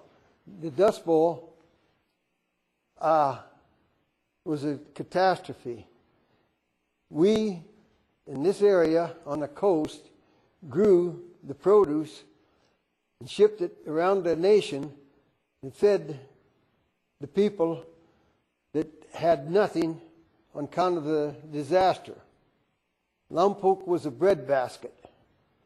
And if you check out, you'll find it's still that way today.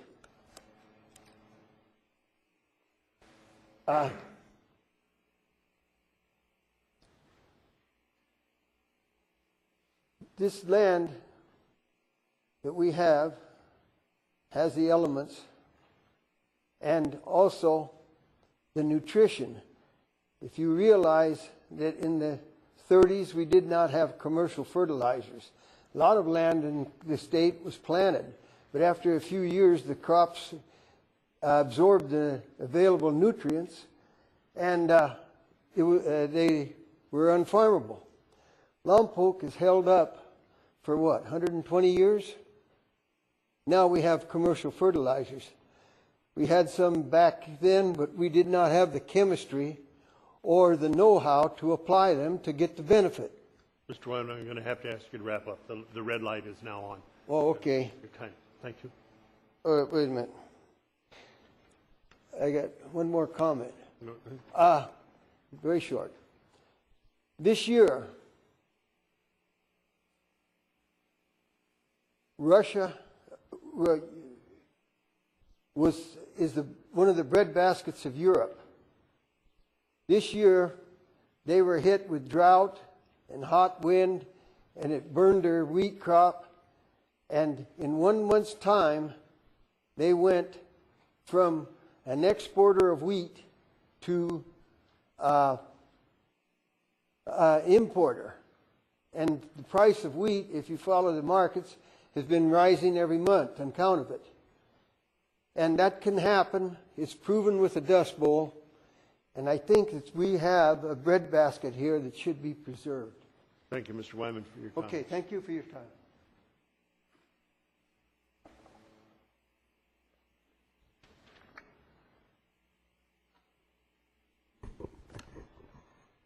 My name is Jack Bodger. I'm president of Bodger Seeds here in Lompoc. Council members and Mayor Szyminski, I thank you for your willingness to hear additional comments on the Bailey Corridor expansion. I'm here to speak in favor of the Bailey Corridor and for a buffer between agriculture and the residential areas of Lompoc. Bodger Seeds has been farming the Lompoc Valley since 1925. At that time, our operation was far from the edge of town. Gradually, the city grew out to meet us, but the planning for this expansion was not well done, and it has resulted in agricultural activity right against the residential areas of V Street and Z Street. The soils of the Bailey Corridor may be considered prime, but their proximity to residential areas reduces their value as prime ag land. It is important to preserve agricultural land, but it is equally important to protect the health of the citizens. Our property between Ocean and Olive Avenue, V Street, and Bailey now has homes on 3 sides of it, and this impacts what we farm on our land. On the east end of our property, I only allow low chemical crops like beans to be grown because Miguelito School is just across the street from that part of our land, and towards the east of that piece of our land are apartment buildings. Although it may be legal to grow other crops, I'm not in favor of it, and I don't allow it on our land. I don't think it's responsible to do so. This east block of our land is too close to the city to grow a full range of crops because of the dust and the chemical drift. We're simply too close to the school and the houses for these chemically intensive crops. For those of you who do not know, Bodger Seeds was sold last year and has ceased flower seed production in the Lompoc Valley. We have worked hard to be a good and fair employer and to give back to the city of Lompoc when we could. But now, after more than a century of operation, it is the wishes of the Bodger family to develop our Olive Avenue property. 40 years ago, the city assessed Bodger Seeds more than $40,000 when they put in the Olive Avenue and the Bailey Avenue sewers. My father, Howard Bodger, was told at that time that the city was anticipating development out to Bailey Avenue. By allowing the future development of the Bailey Corridor, the city has an opportunity to correct planning mistakes that were made in the past, and as a part of the corridor, adding a 200-foot agricultural buffer between agriculture and the edge of the city. This buffer will reduce the impact of having agriculture next to residential areas and also create a defensible boundary that will limit the further expansion of the city beyond that buffer. This development will also have a large financial benefit for the city of Lompoc, as was described in the economic impact report that you've now received. Thank you for your consideration. Thank you, Mr. Bodgers. Nick?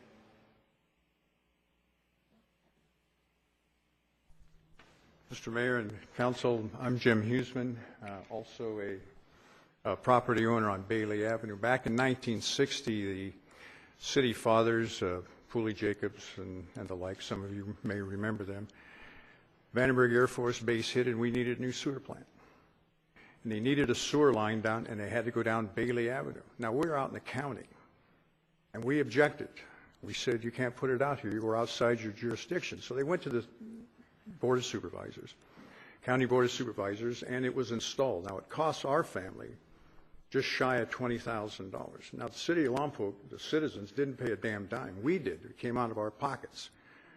And the representation was, to us, was that the city would be allowed to grow to Bailey Avenue. And ultimately we would recoup that investment. Well, it hadn't happened. It's 50 years later. And we've been patiently waiting and waiting and waiting, and it hasn't happened. If you look at the western boundary of Lompoc, you'll see a number of streets that are east-west streets that end in cul-de-sacs. And then there's a number of them that are blocked off with barriers. There's a reason for that. Because in the planning in those days, those streets, the ones that are blocked off, it was anticipated that they would be opened up and the streets would run then over to Bailey Avenue. So despite our objections, and the city council, they proceeded under something known as the Streets and Highways Bond Act. That's a simplification of it. But the idea behind that is that it's a way for governmental entities to put in streets, sewer lines, curbs and stuff, and make the adjacent property owners pay for it. And if you don't, they take your property. Simple as that. They foreclose on it. They take it. So it's not exactly a voluntary thing. It's not like we ran and say, this is a great idea. We didn't want to pay it. Now, some of the property owners went to bond. Our family was able to scrape together that back in 1960, $20,000, and we paid it. Mr. Bodger indicated his was in excess of $40,000. My recollection, because at the time my mother happened to be city treasurer, and she collected the data for this. She was the coupon clipper, if you will, for the city of Lompoc. And my recollection for Mr. Bodger is a hell of a lot more than that. For his, because he fronts on Olive Avenue and down Bailey Avenue. See, it's based upon your frontage number of feet that you had along Bailey Avenue. And that's what happened. And the representation is that you'll get it back. Well, here we are 50 years later, and we haven't yet. And so we're respectfully suggesting that the Bailey Avenue portion of this EIR and the related matters be approved, and we should do it. Thank you. Thank you, Mr. Huseman. Next speaker.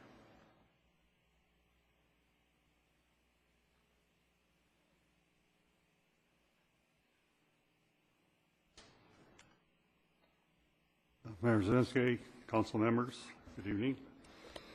My name is Will Schuyler. I'm a resident of Lompoc. Been here just about 70 years now. Late 50s, I would take what could be called a soapbox derby without a body today, and as kids would take and haul them up to the rodeo ground hill and ride down the hill, and most everybody here will know that as South 7th Street today, or fairly close to it. And in doing that, hauling my wagon down, I'd always pass the Alpha Club, and I always kind of stop and look, because there was the City of Lompoc sign. It said the City of Lompoc, and the population was 4,900 and something people. We're waiting our new census now to see what we've grown to in those 60 years. It always makes me think when I drive by the Alpha Club of what Lompoc was and what it is today, and if I came back 50 years from now or 100 years from now, what it would be. And that's what I try to think about when I look at things. had the pleasure and the honor of serving on the city council for 12 years. And during that time, I went to a lot of seminars and stuff on redevelopment, expansion, development, et cetera, et cetera. And I remember one class I went to, the subject of the conflict between ag and residential came up. And there were actually 3 persons that were very well versed in that field, and most of the class actually ended up being on that subject. We didn't get to some of our other ones. And the 2 things that I came away with that class was, remembering, says, if you ever get a chance to square your city off, do it, especially if it has 2 landmarks that will probably stay for a long time. And that's Bailey Avenue. You have the city wastewater plant at one end that probably won't change. It's about our 4th or 5th plant, but it's still in approximately the same areas that built originally. And the landfill, which I'm sure will be up there for another few years. And between those 2 points, you have almost a straight line called Bailey Avenue, or as I call it, County Bailey Avenue. The specific plan was the property owners were approached by the city to come up with a plan of what they would like to do with their land in the next 20 years, 40 years, 50 years, 100 years, whatever you want. Many times when I was on the council, I asked, what does Lompoc want to be tomorrow, and the day after tomorrow, and the day after that? Well, the only way you can do that is by planning for the future. You learn what the future by studying the past. What has happened in Lompoc? There were times where there was very little growth, and then there were times that there was explosive growth. When Vandenberg first started, we had 26 trailers out at the cherry orchard because people come to town to go to work and there's no place to park them. So Granddad opened up the ranch and we brought them out there. We had military people, we had civilians, we had just general workers and stuff. Well, why did that happen? Well, somebody didn't plan for the base to expand, did they?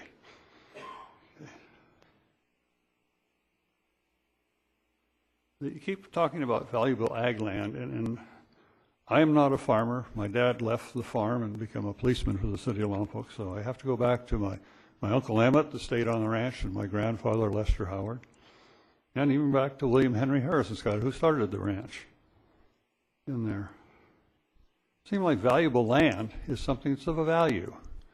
If you have some diamonds, I'm sure you could go to somebody and they would offer you money for these because they are a value. Well, there's a piece of property on Bailey Avenue that's been for sale for some 30 or 40 years. We have very progressive farmers in the valley. Some have done very well in produce and other things. Are they farming that land? Have they offered to buy it? Not to my knowledge. It sits there. So it is farmland, I'll agree. But how valuable? Well, if it's that valuable, why isn't it in production today? We need to plan for the future. That's all we're doing here. Oh, I'm sorry. Well, keep Bailey Avenue in the plan. I think it's a benefit to the community. Thank you. Thank you, Mr. Schuyler.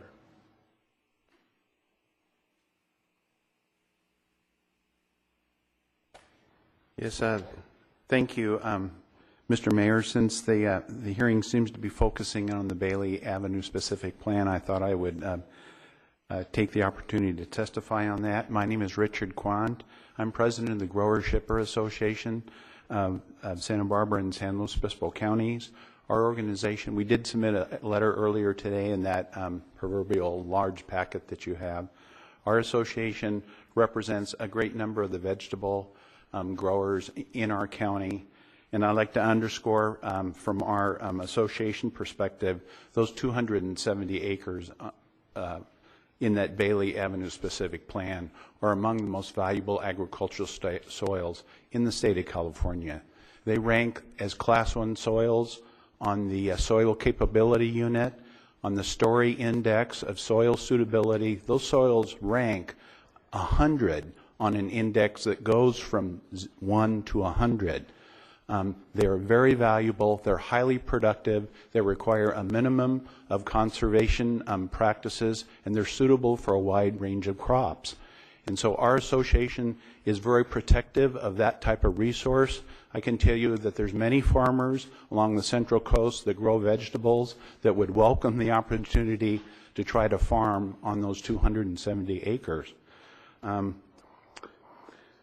You could anticipate a crop rotation on those soils, assuming, say, a crop of celery and a crop of lettuce that's multi-cropped on a rotational basis. You could assume about in excess of $5 million in gross revenues a year that is generated, and that's a renewable resource that comes year after year after year for the city of Lompoc.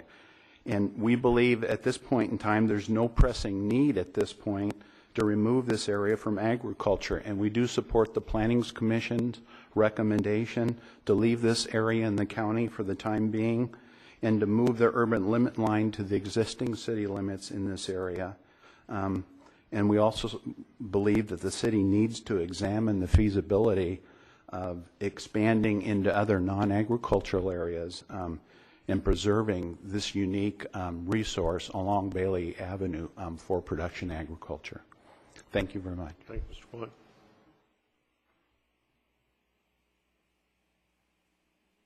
Is there, seeing no one else? Okay.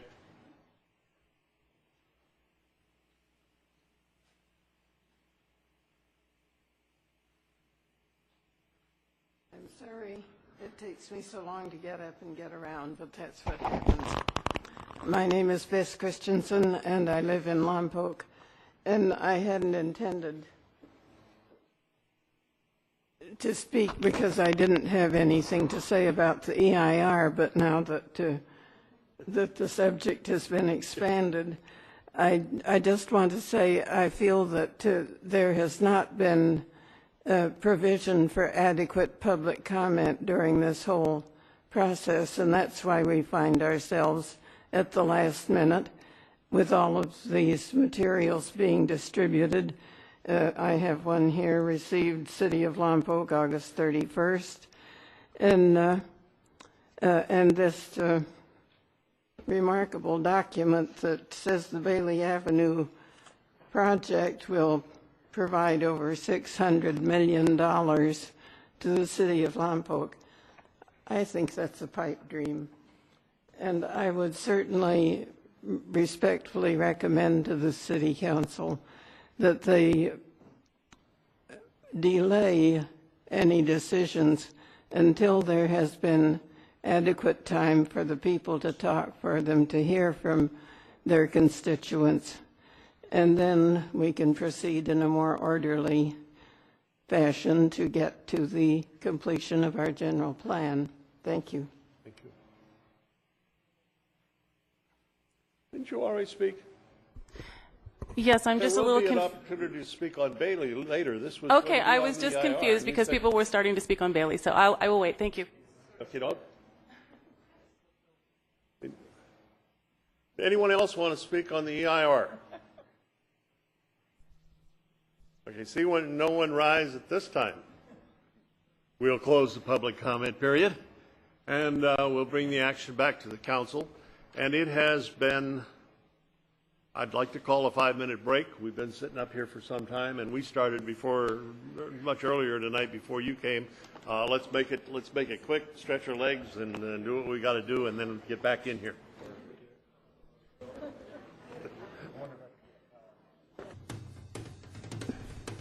We've closed the public comment period, a public hearing on the EIR, and we'll bring the item, this particular item, back to the council. I'd like to start by asking Mr. Dalton a couple of questions, if we can, and then we'll go through and each give our thoughts, comments, or ask whatever questions we have before we decide on a course of action. On the charts that you showed us earlier, you said that we received 8 comment letters, but we also had a number of public hearings, and there were comments during those hearings, were there not? So, correct. And those have all been listed and addressed as part of the process? The way that the process works is that the final EIR consists of formal responses to comments received during a set comment period. However, any comments received after the close of that comment period are still part of the process and are still worthy of consideration in your deliberations about the EIR and the project. But they're not each individually. But they're not each individual. The individual responses are for the comments received during a specific period of time. Okay. You also pointed out that we're dealing with only a certain number of elements tonight. Would you tell me what the subjects of the other elements are? And each of them will be covered by a separate EIR. Is that right? They'll be taken comprehensively with another EIR called a supplemental EIR. We're talking about the conservation and open space element, noise, safety, public facilities, urban design, parks and recreation. And, you know, there's another logical reason for why we broke up the elements into those two batches, besides the fact that we were forced by the state into wanting to take as few as possible as we can together in phase one. And that's that the phase one elements all relate to physical disturbance, and they require a comprehensive discussion in the environmental impact report. So land use, there's physical land use changes that need to be addressed. Circulation, there's roads, bridges, housing ties directly into those land use changes with changes potentially in density and the intensity of development. So those are all the elements that tend to result in physical changes to the environment. The other elements, on the other hand, are somewhat mitigative in nature. They reduce impacts on the environment. So the conservation and open space element, for example, may set policies for staying away from sensitive habitats or creeks, staying away from cultural resources, staying away from things. So the first batch deals with those physical changes and kind of a worst case of what might happen. The other elements deal with how you make that future growth more compatible with conservation goals with regard to public safety, noise, things of that nature. So the folks of the supplemental EIR will be on any additional minor physical changes as a result of those phase two elements, and then also demonstrating how those policies further mitigate the impacts that we've disclosed in this final EIR. So I acknowledge that the process is somewhat confusing with the two stages. We're calling this a final EIR. It's a final EIR for the actions that are before you, which is that first phase. There will be another final supplemental EIR, another response to comments, another round of public review on that supplemental information that will address the phase two elements. And if there's something that we consider at that time that might amplify or in some way affect the words that are in this EIR, it can be addressed in the supplemental EIR. Is that right? Yes, you can essentially, but you're adding supplemental information to it, but you can do it in such a manner that you're clarifying some of the original discussions in the EIR. On the other hand, by certifying the EIR, you are acknowledging that at this time the EIR is a complete and accurate representation of the environmental impacts, and you're adopting it as a city document. I'm going to ask if the council has any other questions at this time, and then I'd like us to go into a discussion of the schedule of events for the rest of tonight and possibly how we're going to deal with this. I think it's obvious that what's on the agenda will not be able to be finished tonight. So if there are any questions to amplify or answer what may have been comments from the public, or if there's any other questions on the EIR process, let's deal with that, get that out of the way, and then talk about our schedule. Do you have any comment on that? I do have some clarifications I'd like to provide, although I notice Councilmember Martiner has her light on. If she wants to speak first, that probably is more appropriate.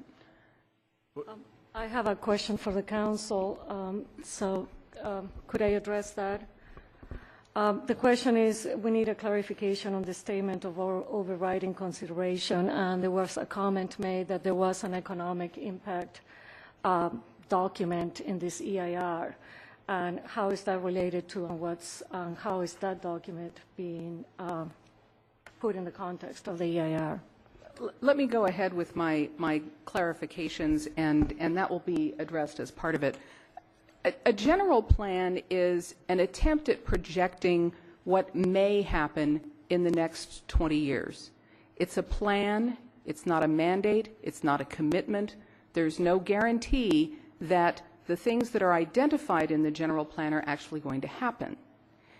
The environmental impact report is an informational document. It provides the City Council with information about adverse environmental impacts that could arise from the things that the general plan looks at as potential future events.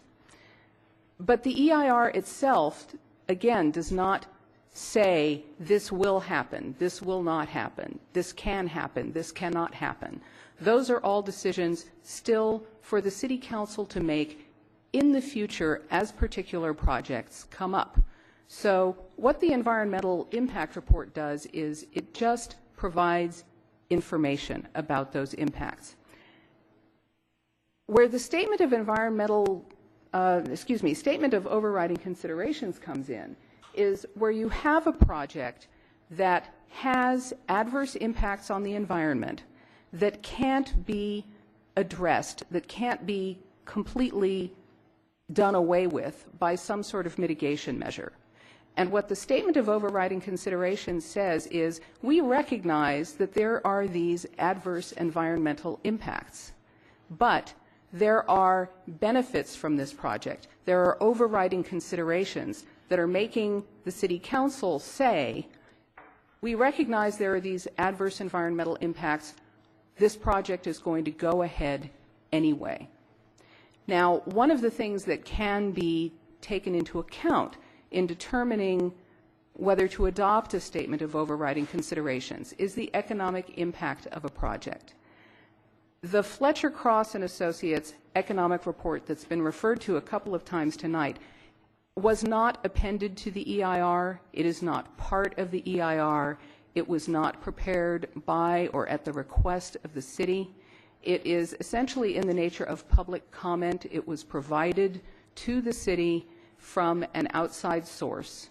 It hasn't been peer reviewed. It hasn't been extensively examined to see whether it has a good basis, in fact, a good basis in methodology. So just so that everyone understands what that economic report is. And I had some comments as well about this issue of the future elements of the general plan, and also there was one speaker who was talking about the project. Are we going to have a final EIR for this project and a final EIR for that project? The final EIR that we're doing, as Mr. Dalton explained, is for the general plan elements that the Council is considering as part of this agenda item. It does not completely, it's not unrelated to the elements that will be considered in the future, but there will be more specific analysis done as a supplemental EIR in connection with those other elements. By the same token, if there is some other project, the project we're really dealing with here tonight is the adoption of these general plan elements. To some degree, it has to address the projects that are contemplated as part of the general plan.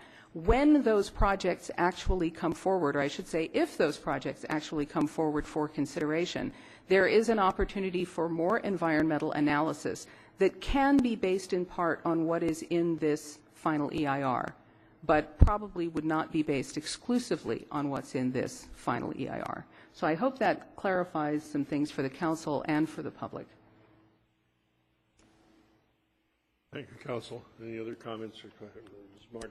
Yes, I have a question for Mr. Dalton. There were a couple of comments made tonight regarding chemical exposure to the residential, the residents around the Bailey Avenue corridor, and a nuisance. My question is, that's not addressing the EIR. It's not a physical. It has never been What I'm trying to understand is there is comments here, however, I don't see any documentation here that says that that exists and is there. And the second question is, there has been a couple of, I guess there are 2 residential developments on each end of that Bailey Avenue corridor. When those EIRs were done, was there an estimate that there was some exposure to chemicals and fertilizers for those homes that were built there? This issue of pesticide drift was dealt with in this final EIR that's before you in the agricultural resources section, which I believe is section 4.2. And in that case, we do identify that the city does not have its own standards and thresholds for what an appropriate buffer would be by crop type.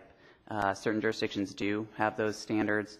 The county standard for pesticide drift is often, for most crops, it all depends on how the pesticides are applied, but it's usually about 200 feet if they're not applied by airplane. So it was something that was addressed and considered in this document.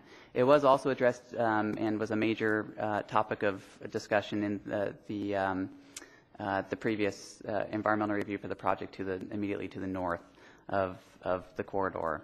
And there had been complaints at that time of exposure to the on the part of the residential uses immediately to the east of those agricultural lands. Complaints about pesticides coming over the fence line and being an issue in certain high wind periods. So that was something that we looked at, and as part of that project, the 200-foot buffer was established on Bailey Avenue on the west side of that parcel, which is contemplated to be continued with the expansion area. Thank you. Anyone else up here? Okay, now let me suggest, looking at the agenda, I had hoped that we would get through the 4 annexations and vote on those 4 proposed areas for annexation, vote on those tonight, possibly even get through the some of the hearing on the land use. But I realized real quickly when I saw this stack of papers that came in, each one of those represents a parcel in town where the owner or the manager of that parcel does not like what's proposed to be done to their piece of property. And that package stands probably about 100 pages thick. There's absolutely no way we'll get through that tonight, and if people are here to talk about their particular piece of property, that they don't want it downzoned from R3 to R2 or whatever, we will not get to that tonight and even open that hearing to discuss those issues. And I'll say that now so that you don't have to wait here and to be told at 11 or 11:30 or 12 o'clock that we're not going to get to your item tonight. I know we won't get to that item tonight. It's still my hope that we can approve the EIR as it pertains to these issues in front of us, that we can, it's not a matter of approval, we have to determine that it was adequate. Not that it's perfect, not that it's, but that it was adequate for the decision that we have to make tonight. Isn't that correct? Is that what our charge is? That it is adequate as an informational document, was prepared in the manner prescribed by CEQA, yes, and reflects the city's position on the environmental issues, yes. So given that, with the concurrence of the council, I'm going to suggest we go through 4-phase public hearing. We've got four potential annexation areas. We'll take them in the order that they're presented here in the staff report, and I hope I don't have to read. Help me out. Where do I find the on page, pardon?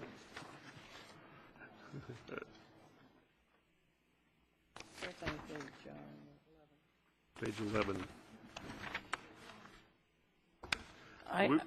Mr. Mayor, I've got a question. So we're not going to vote on the EIR? I would I would suggest we vote on the EIR first and get that so we can set it aside. Then I would suggest we go to each of the 4 expansion areas, with Bailey Avenue being the first, with the expansion area B, the River Park area being the second, with the Miguelito Canyon area being the third, and then with the Y residential area being the fourth.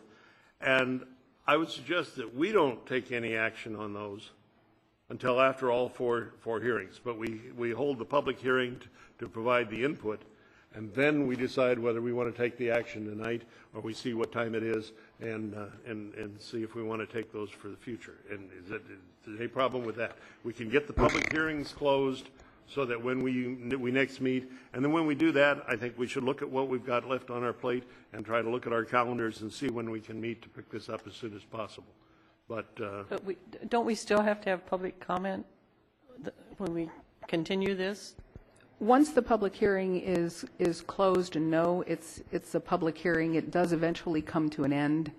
I mean, there would be further public hearing on the zoning issues. Yeah. But assuming we hear from everyone tonight, we would close the public hearing on the EIR and on the general plan expansion areas. Probably would be good to provide for comment on the general plan in general, so to speak, rather than specifically the expansion areas, because there's more to the general plan than just those expansion areas. Okay. Well, I'm not really ready to vote on that EIR right now, because we did get some information came in, and I'd like to a chance to consider that also. So. Okay, if that's the wishes of the... That's just me. So I'd rather wait on that. What are the wishes of the rest of the council? Well, that's been my concern since 6:15 this evening, because some of it might be redundant, and it is, but I would still like to know what the citizens of Lompoc are saying before I make a decision. I understand the EIR is just a formality, saying that we, in generality, accept it, and when projects come in the future, it'll come back up to discussion and council approval, but I'd still like to know what the citizens are saying. Okay. The public hearing is closed for the EIR. We'll open a public hearing now if the rest of you don't want to. I don't want to take it up if some feel not ready to vote on it, although I am ready to vote on the EIR. But if you want to wait, we'll hold that. We'll open the public comment period now and go through again the Bailey Avenue and hear that. Mr. Mayor. Those of you that gave us your views on Bailey Avenue when we were talking about the EIR, we've got them recorded, and each of us have made notes. I don't think you need to repeat them again, or if you want to stand up and just very briefly remind us what you said and sit down. I think we'd all appreciate that, and we'll appreciate it more as it reaches midnight and 1 or 2 and 3 in the morning. We'll open the public comment period now for the consideration of Bailey Avenue. Mr. Mayor, I have a few slides I can introduce this topic as well. Pardon? I have a few slides I can introduce this topic as well, if you prefer.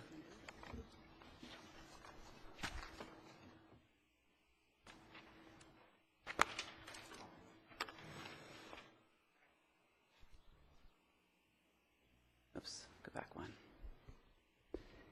So I did want to highlight Planning Commission's recommendations with regard to the Phase 1 elements. We discussed the EIR previously.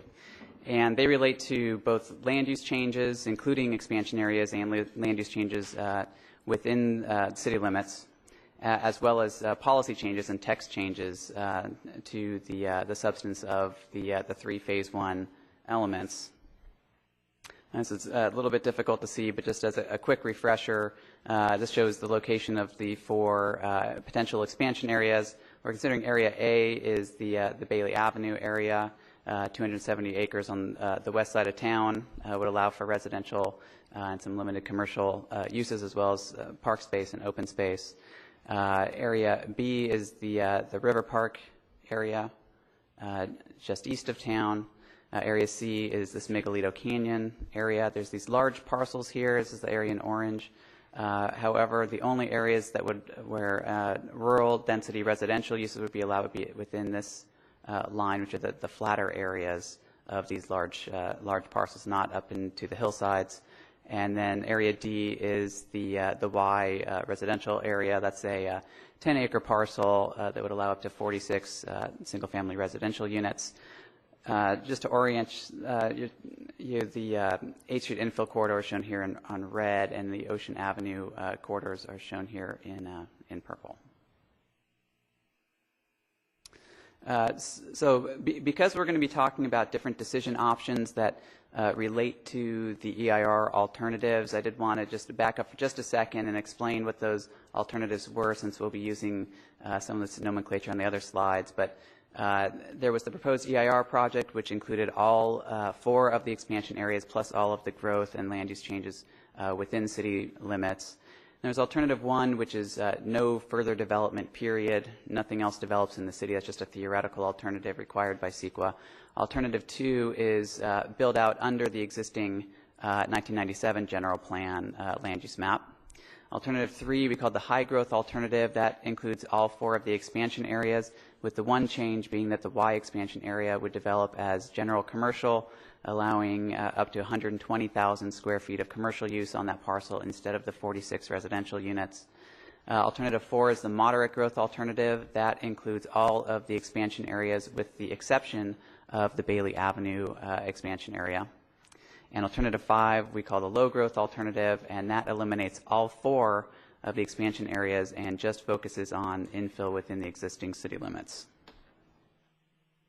So expansion area A is the Bailey Avenue specific plan. It's an increase in residential density and some additional commercial and public facility uses. It's a 270-acre site. It has a specific plan currently in process and would allow up to about 2,700 dwelling units, 228,700 square feet of commercial, 22 acres of park area, and 37 acres of open space. These are some of the possible actions that are before you tonight. I've highlighted in blue the Planning Commission's recommendation. One option would be to go with the EIR project as far as Bailey Avenue is concerned, and that is the contemplated maximum 2,700 dwelling units and other characteristics we just described. Alternative 1 is a no project alternative. That would move the urban limit line back to the city limit and indicate no interest in future development over the life of the general plan through the year 2030. Alternative 2, which is the existing general plan, would retain the low and very low density residential designation in the area. Alternative 3 would be the same as the EIR project in terms of development potential. Alternative 4 would remove it entirely from consideration, same as alternative 1. And alternative 5 would remove the proposed expansion area also from consideration, but retaining the 1997 general plan designation. So if the City Council follows the Planning Commission's recommendation, the urban limit line would be moved to correspond with the existing city limit line, and no development would be considered in that area over the life of the plan. However, that is just one of several options you have before you. That concludes my remarks on this topic. Thank you. Any other comments or any objection to opening the public comment period? Seeing none, we'll open public comment period on this item. And I'll ask again if you'd have 1 or 2 people lined up. I'd sure appreciate it so that we can move from speaker to speaker rather quickly.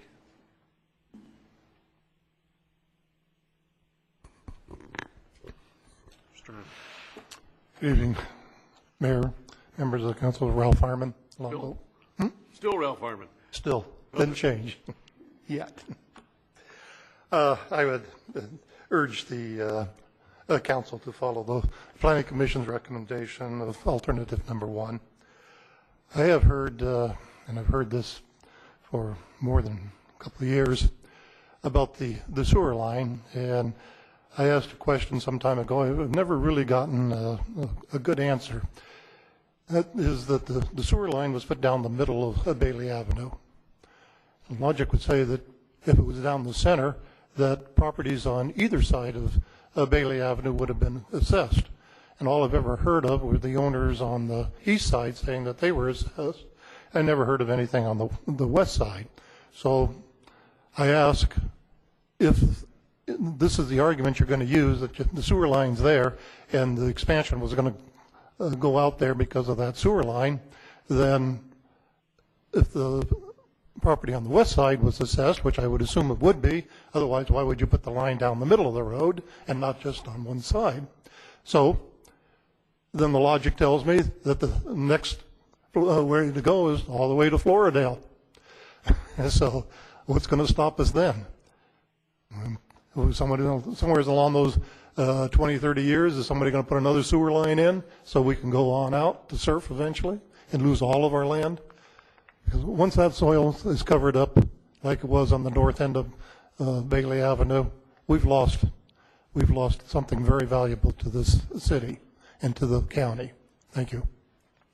Thank you, Mr. Harmon. Thank you, Mr. Mayor, council members. I'm Lee Maldiver, still a county resident, a little more tired than I was a couple hours ago. I'm here to support alternative number 1 that was recommended to you by the Planning Commission to move the line back to the city limits and try to preserve the Bailey Avenue parcel into the future. I think you've already heard a lot of the arguments, so I'm going to try to take a slightly different tack. Some of you may remember when Eric Seastrand passed away and his wife Andrea stepped up to represent us first in Sacramento and then in Washington. One of the things that she did was down in Los Alamos, she called an annual agricultural summit. And I think Richard came one year. I know Mr. Scolari was there. A lot of the top people were there. I remember having lunch with Carson Scheller's family from the Cattlemen's Association. And one of the guest speakers, it was either the first or the second year, made something that's always stuck in my mind, even though that's 15 years ago. And that is, without healthy fresh air, a person can only live for 2 or 3 minutes. You know, it depends how long you can hold your breath. Without fresh water, 2 or 3 days. And without fresh or healthy food, if you're strong, 2 or 3 weeks. But the average person, they pointed out, could probably live their whole lives without a commuter condo or a split-level California house if they had to. And with the population of the world only going in one direction, the need for food and fiber is greater today than it's ever been. And I think Mr. Quant isn't the only one who's testified about the value of those soils. And I strongly believe in private property rights. If the owners don't want to farm it, that's a choice they make. But I think it's the responsibility to the future and Lompoc's 175-year commitment to working landscapes and food and fiber. The land that can feed California and the world in the future should not be paved over lightly for spec projects. There is no pressing need on the periphery of the city for this kind of development. There is need for infill development and especially for job-creating projects in the city itself. So I would urge you to remember what Andrea put forward at that Ag Summit all those years ago and think about 2 or 3 weeks without food versus more spec housing for a bedroom community. It's just not worth it. And I think that's why your commission advised you to go with alternative number 1, and I'm here to do the same tonight. Thank you very much. Good evening, Mayor and Council members. I'm Leanne French. I'm the new Executive Director for Citizens Planning Association, a 50-year-old nonprofit organization that's countywide. And I'm here to speak on behalf of my membership and my board. We did submit a letter, and I'm going to summarize this. I think it's in the packet that you may not have had a chance to read. The city of Lompoc is under perpetual pressure from developers. The pressure is to sprawl beyond its natural borders, to convert its vibrant working landscapes, to abandon its renowned heritage of food and fiber for spec houses. The Citizens Planning Association of Santa Barbara County urges you to continue to resist these pressures, to resist them at Bailey Avenue, to resist them at the Y so close to the Mission, to resist them at River Park, where suburban sprawl would jump the river, and marginalize those lands as well, and to resist them at Miguelito Canyon, which would put housing development up near the mining areas. The land along Bailey Avenue, as we've heard tonight, is very fertile and considered high prime. And as an organization, we really do support the conservation of those soils. Once they're paved over, they're gone for good. The city of Lompoc is a great community with strong, self-reliant, entrepreneurial residents. And there are many opportunities that already exist in this community within the current job zones, within the downtown, within the industrial areas that are already designated for expanding jobs. And if we allow expansion beyond the natural borders, we're going to pull the focus away from those downtown areas, and it will make it even harder to revitalize that area. We cannot really understand why Lompoc would be looking to leapfrog development at this time. Under current economic pressures, there's plenty of infill opportunity, a lot of vacant homes. I've heard over 400,000 acres of commercial property currently vacant as well. And so it seems like plenty of opportunity without needing to take up prime ag land. And I believe one of the other speakers already spoke to the pressure it would put on current services as well, which is an important consideration. You're all realists, and once those arable lands are taken, they cannot be taken back. And so we urge you strongly at this time to think hard and long about using that ag land for development at this time. If the economy turns around and those available lands are, and there's a high demand, that can always be raised again. But by opening it up now, we may end up with more brand new homes that sit vacant and soil that is not used for farming. Thank you very much.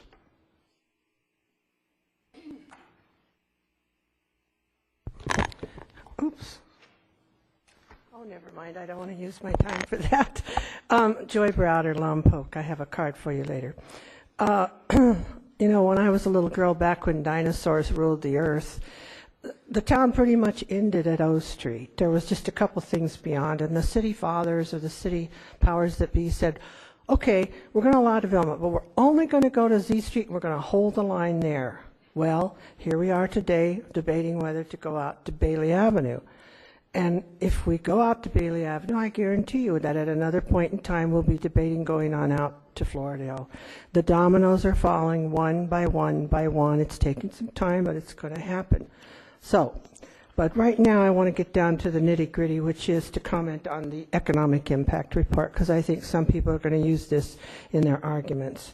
I should have probably done this during EIR, but I didn't think we were getting into Bailey then. The commercial jobs are a pipe dream, as Beth said. No one is going to put commercial down at Bailey Avenue. Newberry sat empty for 30 years. It's just not going to happen. I'm concerned this report, of course, is a PR tool for the developer, so they're not covering the negative impacts, such as what happens when you throw a bunch of new homes on a housing market that's already glutted with oversupply and little demand. I can tell you from personal experience, people trying to sell property are getting killed. And the same with rentals. What happens when you throw a bunch of rentals on a rental market that could be affected? This study assumes, number one, that all phases of the project will be built. In this economy and housing market, I think that's questionable. But assuming it was, they've mentioned there's going to be an increase in retail sales, an increased sales tax revenues, and increased vehicle license fees. That will only happen if the people who go into this project, this hypothetical project, are new to Lompoc. Because if they're already living here, they're not going to generate any new sales tax. They'll just be paying the same sales tax living at a different address. And from our past housing patterns in buying and selling homes, most of the people relocate within Lompoc that buy new homes. Some come from out of town, but no hordes are going to come running just to go into this project. So we have to understand that these figures are grossly over-exaggerated based on, to get those figures, everyone who lived here would have to be new to Lompoc, and that's not going to happen. Jobs. Most of those construction jobs will not go to Lompoc people. We know that. They're going to bring in their own crews that they use normally. And there's not going to be 1,787 jobs because they've taken the jobs for each phase and then added them up to be 1,787. I can almost guarantee you some of the same people that were working on the first batch of 300 jobs will be back to do the second phase and the third phase and the fourth phase. It's not going to be 1,787 jobs for 1,787 different people. It's going to be more like maybe 500 jobs for 500 people. And they're mostly going to be from out of town. Oh my goodness. Supplies won't be bought that much locally because they have sweetheart deals with out-of-town suppliers. I'm concerned about public safety. By their own estimation, there's going to be a $6 million impact, and they're telling us, well, you can collect some on property owner fees, which isn't as easy as it sounds, and the rest, like for the $3 or $4 million for the fire station, go ask the state for some grant funding. But lots of luck getting anything out of the state right now. And the multiplier effect only works better in a large urban area, as they admit here, than in a small rural area. So, and also, that all depends on whether the jobs that you're creating are from local people or out-of-town people. So overall, this is a very misleading report, and if you base your whole decision on that, you're going to think there's a good overriding consideration, but when you come right down to the brass tacks, this project's going to cost our city a lot of money. Whether we can recoup it through all these different aspects, I can't tell you. I oppose anything but the Planning Commission's suggestion. And thank you so much.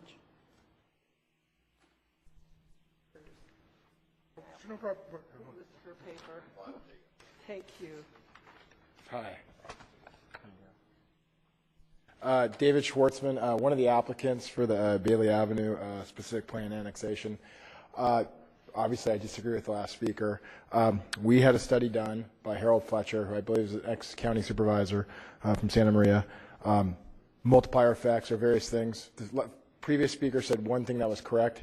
I think 1,700 jobs would be created from the phase and would be created again in the next phase, but this whole build-out of this project is a 10 to 15-year build-out. So for the creation of 1,700 jobs, you're right, there's not 5,000 jobs created, but there's 1,700 jobs created over a 10 to 15-year project that stay basically as permanent jobs for that 10 to 15 years.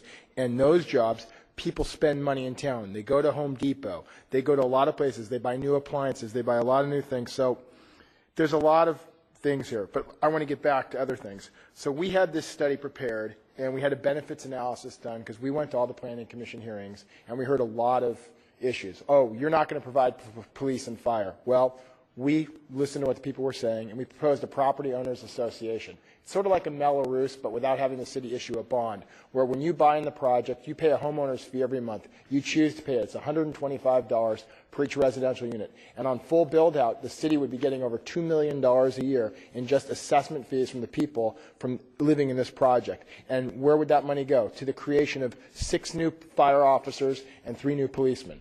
There's not a $6 million impact from the building of 1,700 total units in a project. I don't know where that number comes from. That's a misstatement of fact, but that's for another day. Our project creates property tax revenues, license fees, property taxes. Right now, the ag land is all mostly in the Williamson Act. All this ag land that people are preserving, they're not paying any taxes. When we subdivide and we create value, 1,700 homes at $300,000 or $400,000 average homes, where companies looking to relocate to town need housing stock. I mean, one of the reasons why I've been told the Home Depot chose to come into town and where they came was because of the closeness of Buellton to where the Home Depot is, because the demographics didn't work here alone to support a Home Depot. They needed the general planning of Buellton to happen. And you know what? I'm a developer. I totally agree with you. Right now, the financing market is terrible, but you know what? the market is going to dictate the financing. This is a general plan for 10, 15, 20 years out. And you know what? It's not something you can bring back in a year when demand. Trust me, it took the city 4 years to generate this. We've been working for 4 years on this. This is a plan for the next 15, 20 years. And eventually, markets do change. Housing does get hot. And you know, redevelopment's a great thing. I do a lot of development in Los Angeles, and redevelopment's great. But you know what? When you're redeveloping, you need a lot of CRA, community redevelopment money, state grants. You know what? The money's not there right now. We're a capitalist country. Capitalism is what generates growth in this country. And you know what? The market conditions will dictate to you when the time is right. But our property, too, is already in the sphere of influence. It's already been general planned. One of the issues we heard at the last Planning Commission meetings, several meetings, was some of the opponents to the project said, oh, LAFCO will turn this down. They don't want this project. Well, Bob Braitman was in the audience and came up and spoke and said the reason why this project was turned down 14 years ago was because there wasn't enough density proposed in the project. The project has a density on it right now of 2.2 units the acre. So this whole like revert back and do this and do that, you know, that's for another day. Jack Bodger, the Hughesmans, they've been here a long time. Their properties have been assessed a lot of money for sewer and water. There's a lot of issues here. And you know, there's other development in town that when you look at economics and you talk about infrastructure, you have ag land running all along Bailey all the way up. You know, the farmers who are so concerned aren't setting back a buffer from their ag land onto where the houses are. And people talk about, oh, I like to look at my kids farming, but you know, when those pesticides are blowing into your yard, there's another factor there. That's something that's not really being considered. We had the property to the south. There was arsenic remediation in our soil. It wasn't suitable for farming. Jack Bodger can't farm his land to the highest use because of proximity to school. The city has grown to the limit. The buffer along Bailey, I like to call it the Schuyler buffer because Councilman Schuyler is the one that suggested it, actually is a separation that you can't jump. You're planting in high trees in this whole ag buffer of 200 feet. So there is a separation. David, 5 minutes. I'm sorry. Can you wrap? I can wrap up in 20 seconds. But again, we've listened to a lot of the concerns. Job relocation is important. This is a plan looking out 15, 20 years, not today. Housing markets change, economics change. Things will be good again in this country. So employers looking to relocate want to provide all types of housing stock for their employees. I think this is a suitable plan, and I think it would be great. And I appreciate your consideration and design impacts and inputs, and look forward to working with you on this project. Thank you. Thank you, Mr. Schwartzman. That's Jim Hughesman again. The only reason I'm stepping up, there was an issue raised about the sewer line, and he'd heard enough of it and how we had paid for it. But those of you who hadn't fallen asleep during my earlier statement, the reason that we, Jack Bodger, myself, it was the Baileys back in those days. I'm trying to think the gentleman from down in Palm Desert that owns the property immediately adjacent to that. Only people on the east side, the city side of Bailey Avenue paid that money. The people on the west side did not pay anything. We funded it. The adjacent property owners on the city side, the east side, the money came out of our pockets. And the reason was, as I explained earlier, is because that was as far as the city was going to be allowed to go. Because if they had done it, and the gentleman had a good point, if the people across the street, across Bailey Avenue had paid for it, they would have a legitimate argument. You got to keep coming because we paid for that sewer line that's out there. Well, they didn't. Just us on the city line. So I hope that clears it up. Okay. Thank you, Mr. Hughesman.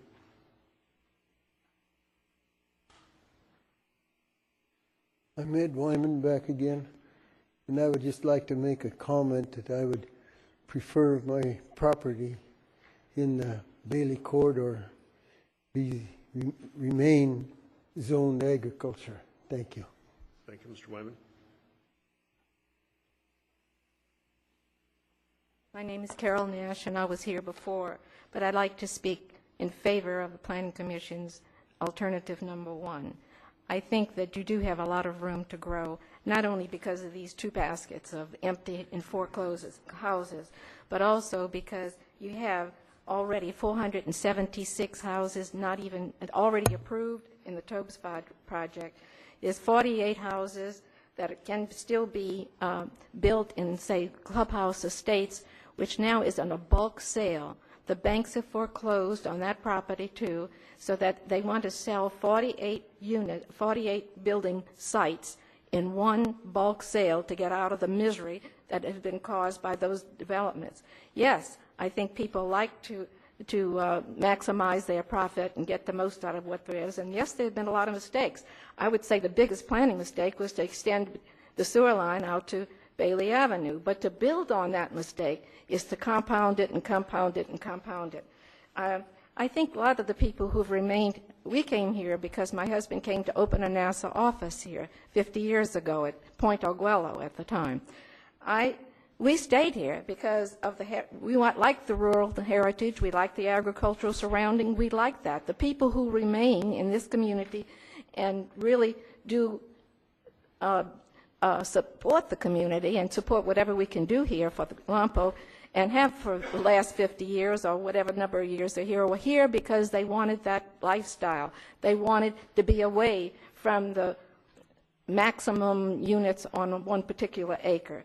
So I understand how developers operate, but I think you have to consider the people who live in this community and the people who we want to stay here, and the people who have been paying the taxes. And incidentally, just about development projects, I understand, I can't remember the figures, but I've been told that for connection fees in this area are probably lower than anywhere in the whole county.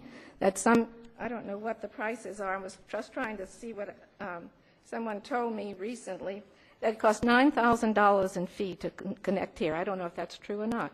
But in other areas of the county, it might cost $14,000 or $44,000. Forgive me, $44,000 to connect. So you're attracting people here to overdevelop an area where they won't touch it in other areas because of your very low fees. But on the other hand, let's think Melrose. Melrose, for instance, will let developers come in and develop a certain, say, parks or whatever. Let's take an area up in our area. A particular project was Providence Landing. Providence Landing, so we're going to provide parks, we're going to do all this stuff, we'll put Melrose.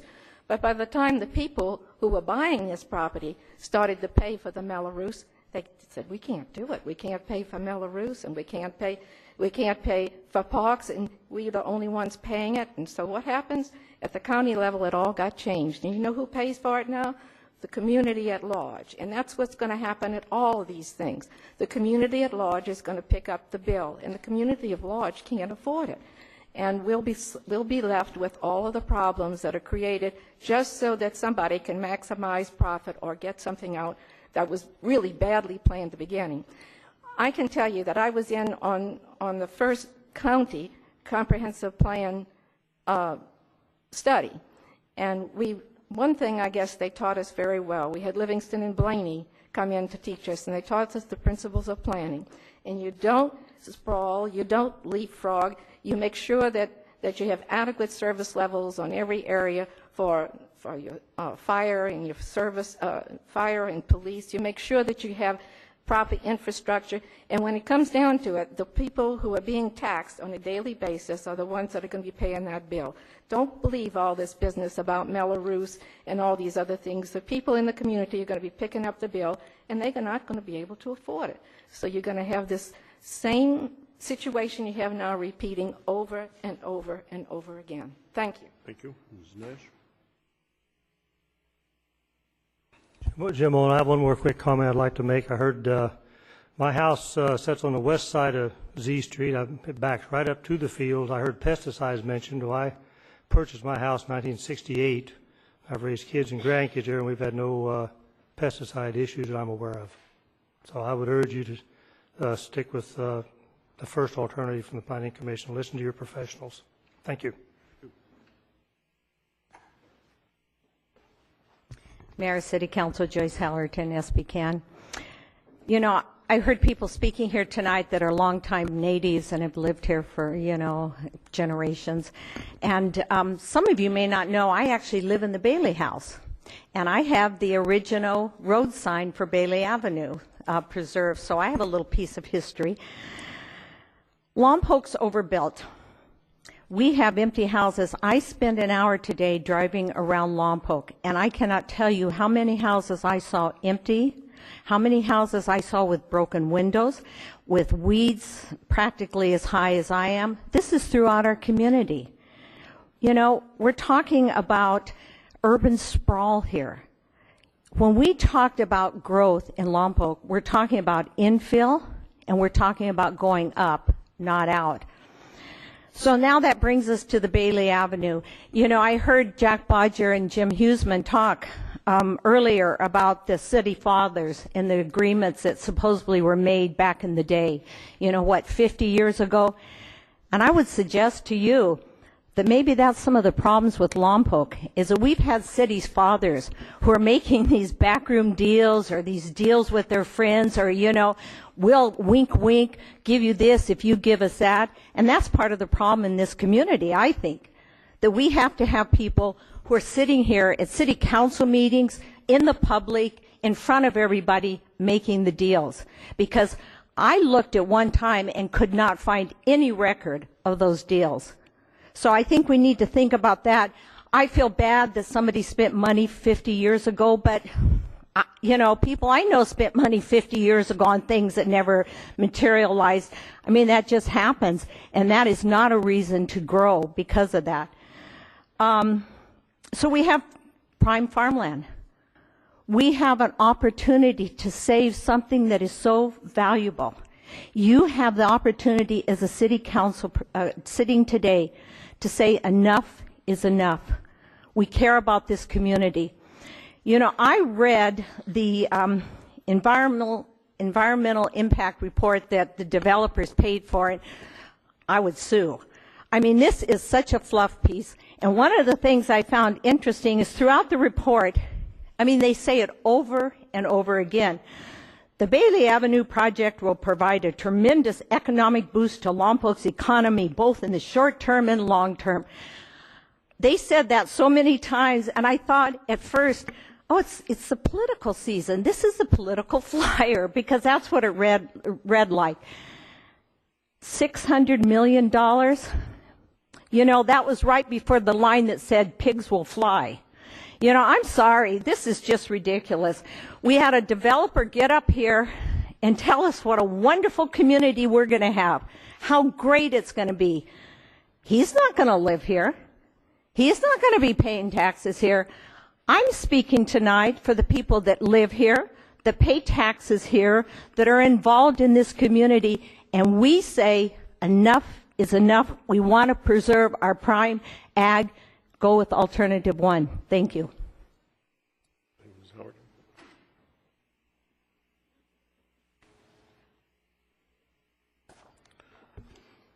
Like Ralph, I'm still Butch Browder.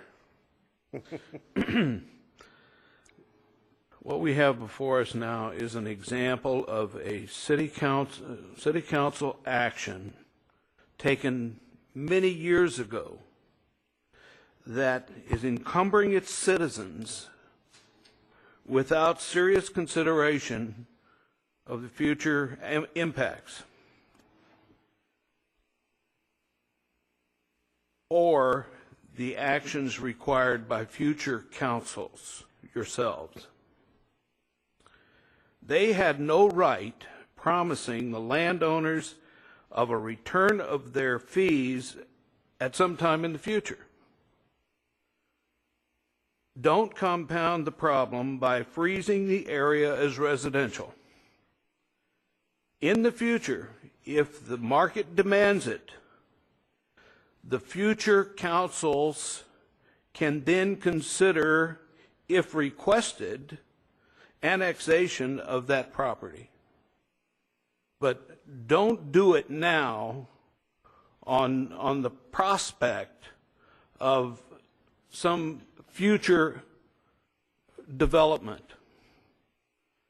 This is something that the future council needs to consider, not you. Thank you. Mr. Browder.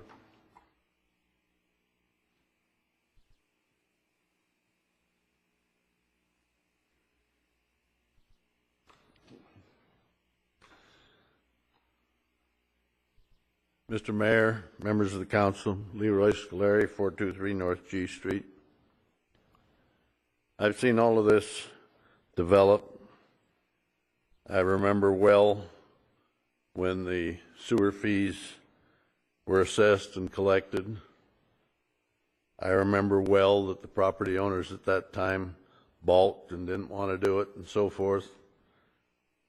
And after it was done, they were ready to sue, but the money was spent.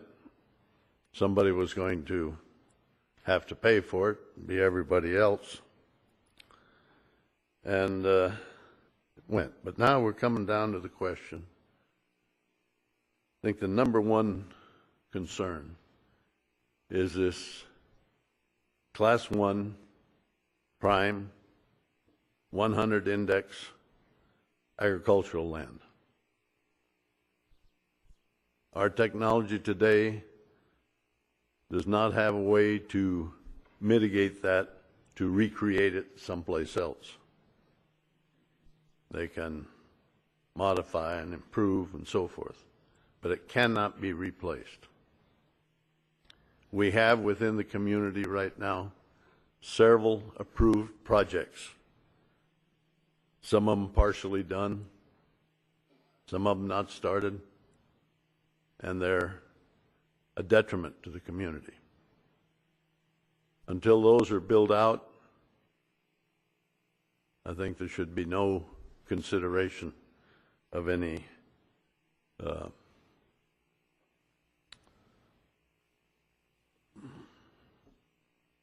annexations. It has been the position of agriculture for a long time that if you need to develop, go north. There's areas up there. There's 5,000 acres of Burton Mesa chaparral fire trap that someday is going to wreak a disaster on this area. We allowed that to be created. It might be very difficult to uncreate it, but someday it will happen. There is where urbanization should take place. Lompoc Valley is limited in its size. You get down to Baroda Avenue, and that's the end. And you keep squeezing it down. I remember when sewer trees were all over the corner of Floridale, the west corner of Floridale and Central. The snow construction out of Utah was going to develop that. Well, fortunately, that folded before it got away, or we probably wouldn't be discussing this tonight. But I really urge you to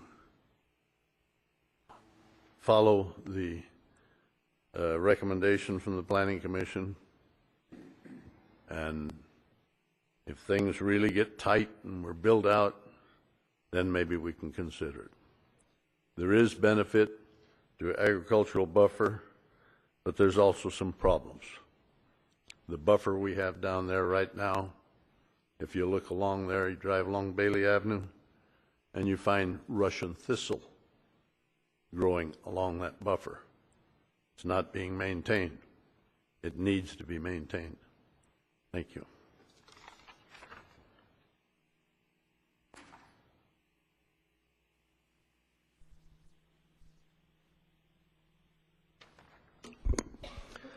Hello, Mayor, Council. My name is Jim Purcell. I'm a relatively new resident of Lompoc, about 5 years. I have a property on Z Street and another property on F Street. Since I moved here, I improved the property I have on Z Street greatly. Everyone in my block has improved the property.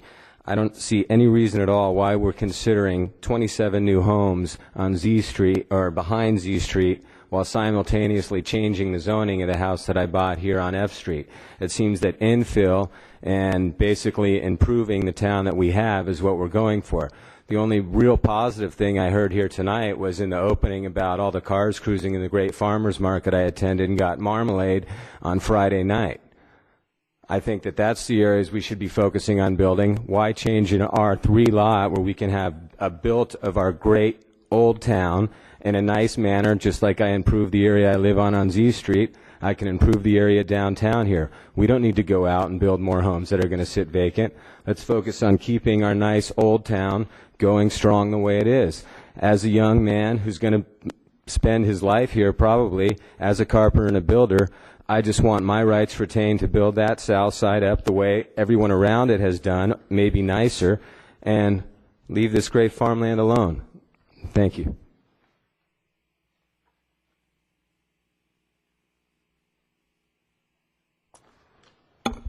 Good evening. My name is Christina McGinnis with EDC and Open. It's getting late.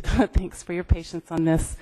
I think you've heard pretty strongly from the community about how they feel regarding the conversion of this precious agricultural land, and also from your own planning commission unanimously recommending to your council that this area should not be considered for expansion as an annexation area. I wanted to correct one thing from a previous speaker, and that is this is not currently within the city's sphere of influence. So I just wanted to correct that. We, EDC and the Open Project, the Open Space Preservation Education Network, we have commented extensively on the folly of including Bailey Avenue as part of the general plan update. And we certainly support the PC's unanimous recommendation to your council, as do other organizations such as the county's Agricultural Advisory Committee, the Santa Barbara County Farm Bureau, Santa Barbara Community Action Network, the Citizens Planning Association, and other organizations as well. There are a lot of people who are very concerned about this. They're concerned because this project, the conversion of this particular piece of agricultural land, being as special as it is, hearing from Mr. Weinman about this piece of property, the climate, the soil, the actual productivity of this parcel, it produced 57,000 pounds of broccoli on 1 acre. Historically, that was in the Lompoc record. And it just would set a bad precedent for conversion of this type of agricultural land to be converted. If every agricultural landowner said, I'm tired of being in agriculture, I'd like to now convert my land to another more urbanized use so that we can look to other financial needs that our family may have, then all of our agricultural land would be gone. This is Lompoc. This is the fabric of this community, is an agricultural community. And your city council has the opportunity now to be leaders, to create a vision that includes agricultural land in your future, that includes food production in your future. I wanted to point out some more tedious things now that I've gotten through with the passionate part, and that is that this particular project actually violates some of the proposed policies in this 2030 general plan update. I would just like to read a few of these policies just to highlight. Policy 1.3, these are proposed policies in your own land use element that you're considering adopting as part of this general plan. The city shall encourage development of underdeveloped and vacant land within its boundaries and shall oppose urbanization of agricultural lands east of the city and west of Bailey Avenue. This city currently has over 400,000 square feet of commercial development that is vacant. Do we really want to consider another 228,000 square feet, which is what is proposed for this project, of more commercial development that may also sit vacant and would just be sucking dry the center of the city? Think about it from a planning perspective, from the vision of being in California, seeing agricultural land get gobbled up into urbanized strip malls and the kinds of things that we don't want our community to be. RHNA numbers, the Housing Authority numbers, can be met with your existing infill opportunities in the city. That is clearly stated in this general plan. We do not need to expand. We don't need to have this urban sprawl on the edge of the city that will attract development to the outer limits of the city and away from your core. If I could make a recommendation, the city council here should consider revitalizing the city core and creating that infill, that mixed use, something that will draw people into the city, that will create a vibrant community. I'd just like to also say that... You have spoken for more than 5 minutes. Your light Okay. is red. Well, in any case, obviously we support the Planning Commission's recommendation and hope and support your City Council in being leaders on this issue. Thank you very much.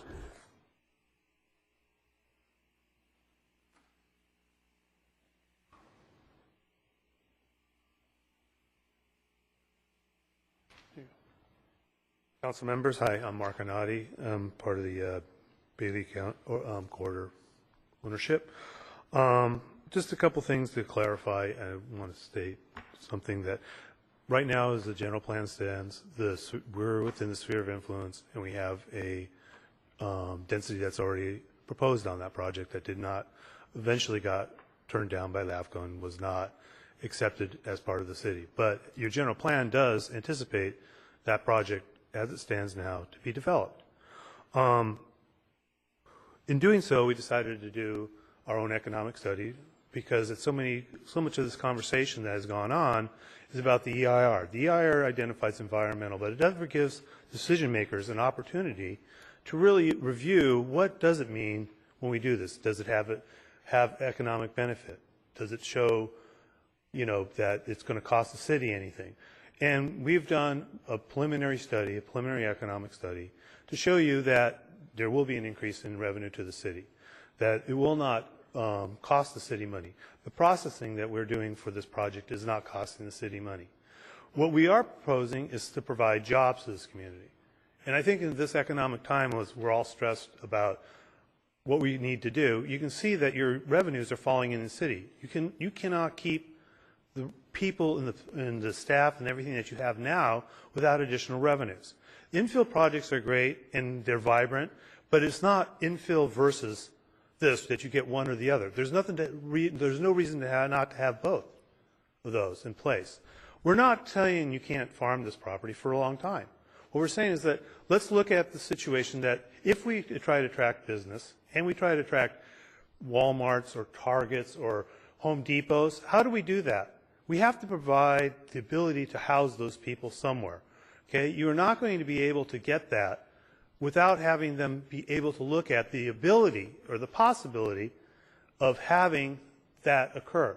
So you are going to be able to generate jobs, you're going to be able to generate revenue, and you're going to be able to generate a vibrant community if you plan now for it. Doesn't mean that it happens now, but you have to plan for it right now. It's interesting to see two large businesses going at it, one of which is agriculture versus development. Okay, within the state, this is a conflict that happens. Agriculture is a large business, and it's not a clean business. Okay, it's up against the residential area. You need to have buffers for it. It's studies. There's been a lot of conflicts between agricultural and residential uses.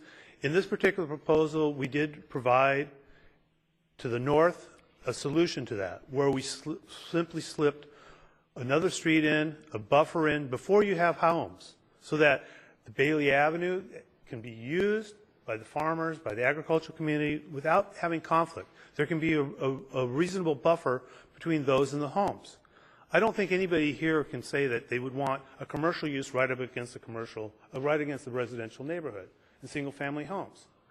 We have infrastructure that we put in, not only with the sewer, but we have North Avenue that hasn't been completed. That's part of the city. It was deemed when we did that project that there's an anticipation that the city will grow into that area and that we were providing North Avenue.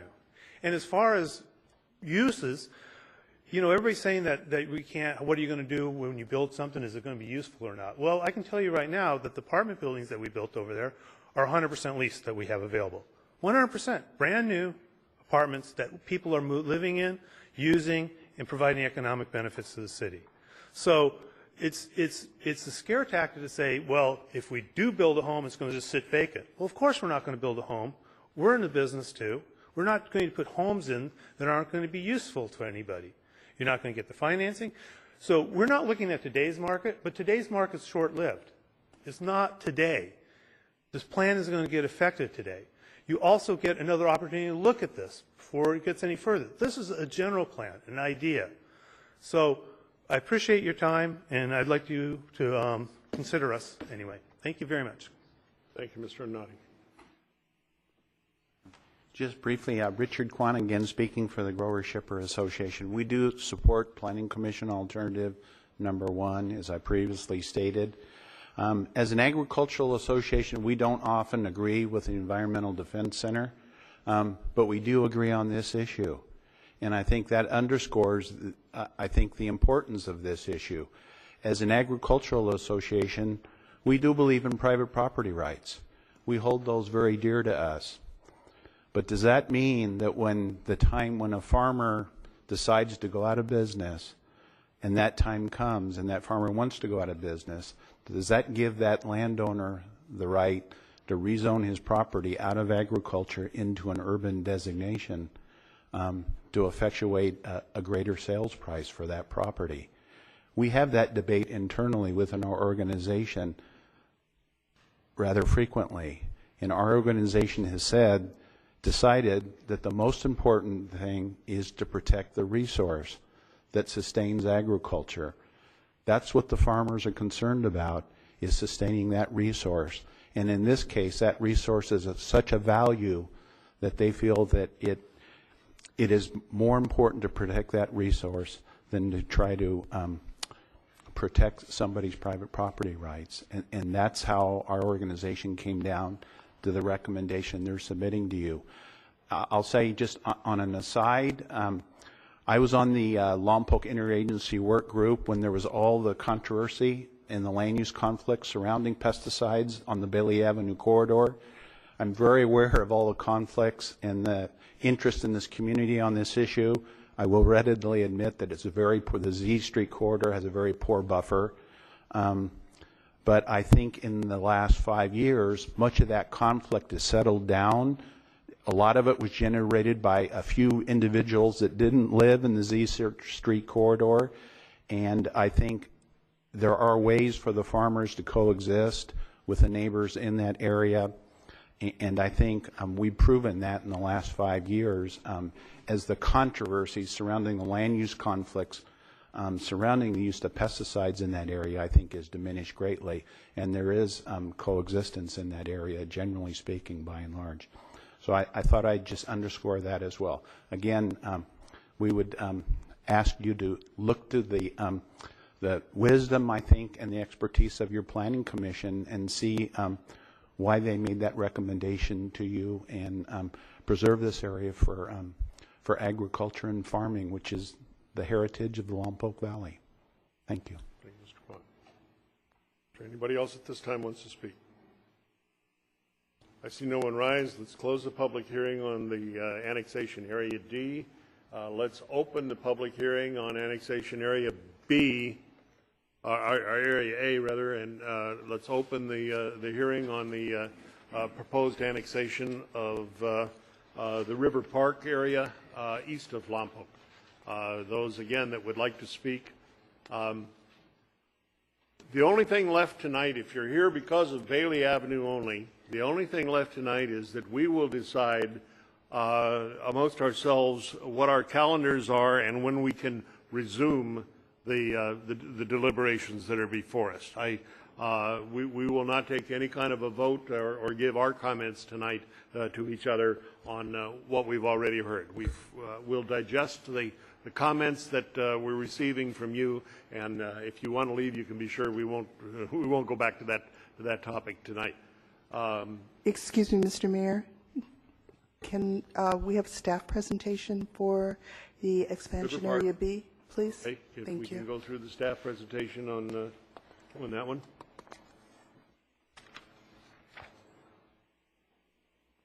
I'll just briefly introduce this expansion area. It's approximately 484 acres. It's immediately east of the eastern boundary of the city. The San Ynez River passes through it. It's currently utilized as open space, including the 45-acre river park. Proposed use in this area would include expansion of the existing RV campground by 126 full hookup RV campsites. The area is currently located within the city urban limit line.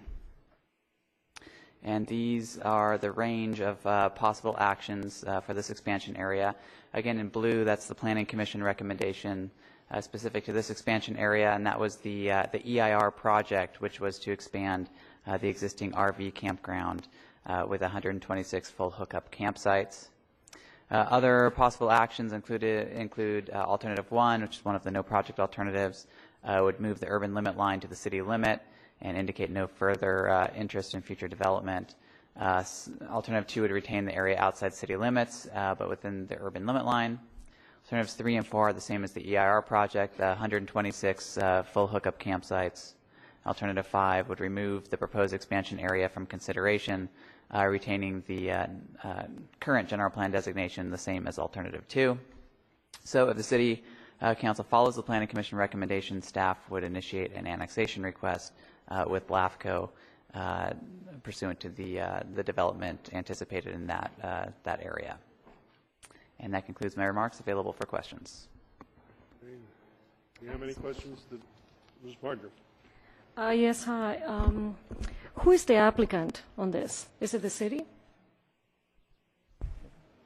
Oh, there is no applicant? Or There's no there applicant. is no It would be a applicant. city project. Okay. Have we done an economic impact report on the building of 126? I mean, who's going to pay for this? Is it the city? It would be a city project, and we would have a report that was funded by the city.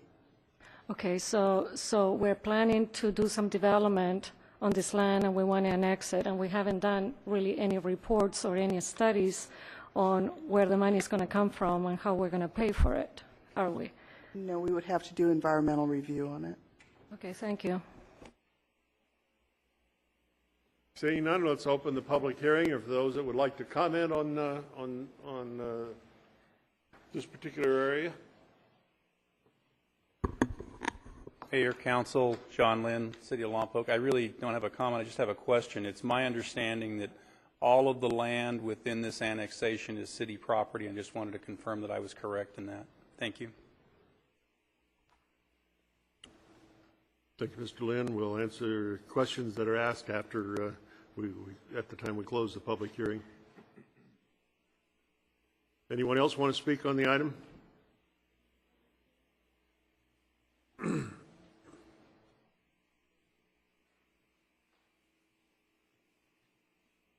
Mr. Mayor, members of the council, Leroy Scolari, 423 North G Street. Again, it's been considered for many years that the river was the dividing line to the east. I think that if there's need for a campground, there's area there that would support it, and it could be done, but let the developer of it do it through the county process and leave the city limits where they are, because once you take the step, it is so easy to go forward, and you're getting into agricultural area again. Not quite of the caliber that you have on Bailey Avenue, but it's still there, and it is valuable agricultural land. Again, support the idea that there's a lot of land up on the mesa to the north. Thank you, and I would urge that you drop the idea of annexing River Park. Thank you, Mr. Scolari.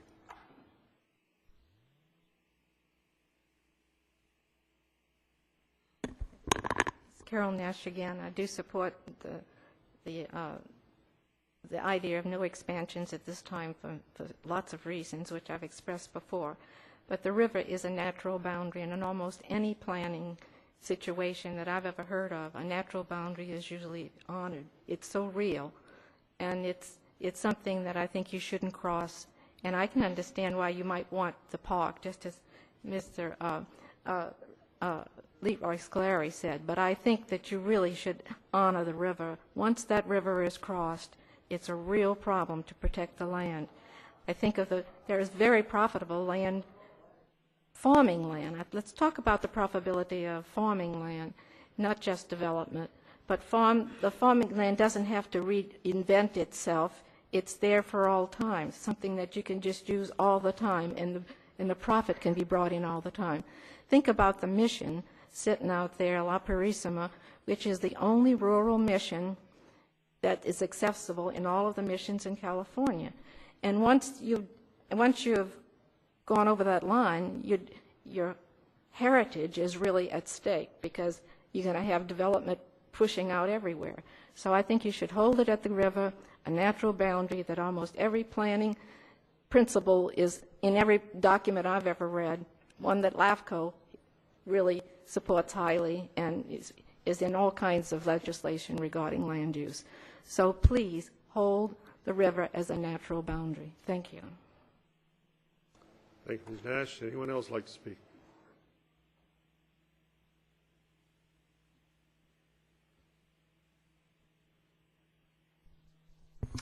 Mayor, City Council, Joyce Howerton, SB Again, we're talking about prime farmland to the east. Right now, the city is in no position to really annex anything. I mean, we have our hands full just dealing with what we have, and we certainly can meet the needs of this community until the next general plan update. And so I would encourage you to go with alternative one. We cannot just start moving out into the farmland, because once we do, I was at a meeting just recently in Santa Ynez, and they were taking bets about what the city was going to do and how long, if you move across the river, that it would take to get to Buellton.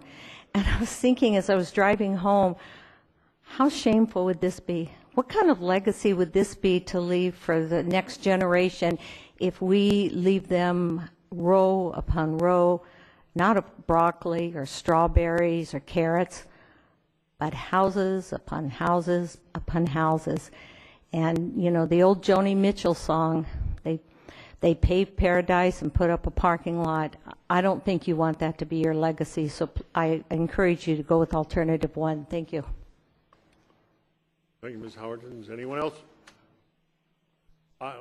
Let me ask once again, if you want to speak, would you at least have a line of one or two people so that we can move from speaker to speaker a little quicker? Okay. Will Schuyler, Lompoc Mayor, Council. I don't support going across the river as far as the annexation for the city, but I would like to speak on the proposed RV campground. As you know, in city lots in town, you're not allowed to park an RV. There are people that come to our area that have what I call the larger units, and they're usually towing a vehicle or a trailer behind, and it's impossible for them to get into any of the sites at River Park without unhooking everything and then trying to back in and then find a space for their car trailer, whatever it is. So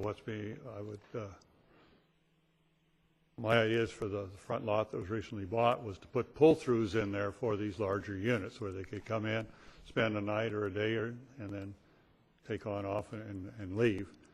And now we're going to start talking about taking RVs off the street, and it's certainly going to create a need for this type of a park. So I want to keep the park going and the issue.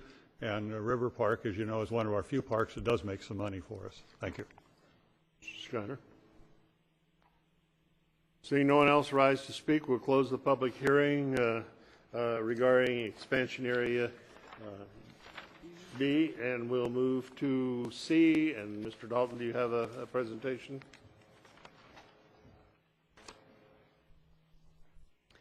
So again, just to briefly introduce this expansion area, which is the Miguelito Canyon area. It's approximately 587 acres along the southern boundary of the city, and approximately 165 acres would be included in the proposed urban limit lines, the line that I mentioned earlier that skirts the lower areas of these larger parcels, indicating that city services would be provided to development in the lower portions and not up to the hillsides. Proposed uses include residential on large parcels, addition of the rural density residential designation to the land use element. That's a new land use category that would only be needed if this expansion area were to move forward. And development standards would be developed for the zoning ordinance for that, corresponding to that designation. Future development would be proposed at a maximum of 25 dwelling units within this area, and the site is currently located outside the city's urban limit line. So again, possible actions with Planning Commission shown in blue. The EIR project was that maximum of 25 units within the expanded urban limit line. Alternative 1 would retain the area outside city limits and the urban limit line, indicating no interest in future development. Same for the other no project alternative, alternative 2, which is the existing general plan. And alternative 3 and 4 are the same as the EIR project with the 25 units. Alternative 5 would retain the 1997 general plan designations in the area. If the City Council follows the Planning Commission recommendation, the urban limit line would be moved to correspond with the existing city limit line on the southern side of the city, and no development would be considered in this area within the life of the plan. And that concludes my remarks on this expansion area. Available for any questions. Any questions, Mr. Dalton? Okay, thank you, Mr. Dalton. Let's open the public hearing on and look for comments on annexation area C. Anyone like to speak to this item?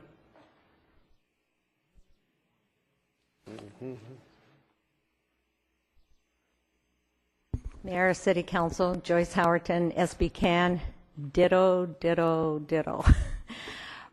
You know, there was a time when we wouldn't have even considered moving to the south because of the operations at Sea Light. Well, actually JM and then Sea Light. And I can remember when we discussed this 10, 15 years ago, we had representatives from the plant that would come and just say, if you want us to stay in this community, you don't build up near us. Well, they're not here tonight. I don't know where they are, but it's the same issue.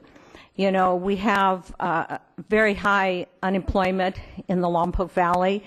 We don't want to encroach on the one area that we do have jobs at, and that's Sea Light. So some of you might remember about, I don't know, a few years ago, there was some people that lived up in the Magalito Canyon area that looked at developing their property, and it was great. There was a group that formed that some of the people that probably never even spoke to each other actually formed a group, sat down, and worked against it. And the only thing that they all had in common, and we're not talking 2 or 3 people, we're talking, 60, 70, 100 people. The one thing and the only thing they had in common is they did not want to develop to the south. So I would encourage you to go with alternative 1 again. Thank you. Thank you, Ms. Howard.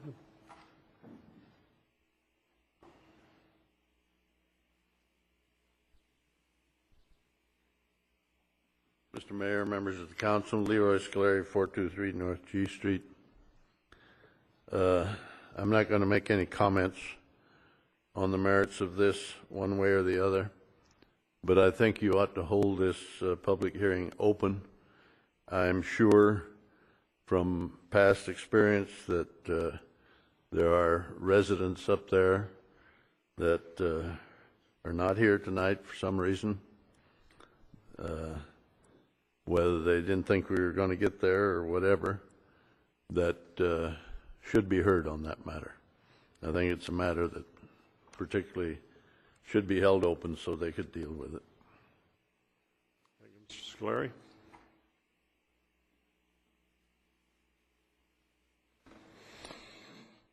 It's Carol Nash again, and I'd like to say the same. I would go with alternative number 1, no expansions. And I think what we have to realize is that when you keep expanding out, you keep dying within, and the blight will become apparent. I grew up in the South, and believe me, I know what it can do if you just keep going along the roads or along the highways, and the heart of the little towns die, and it's blighted.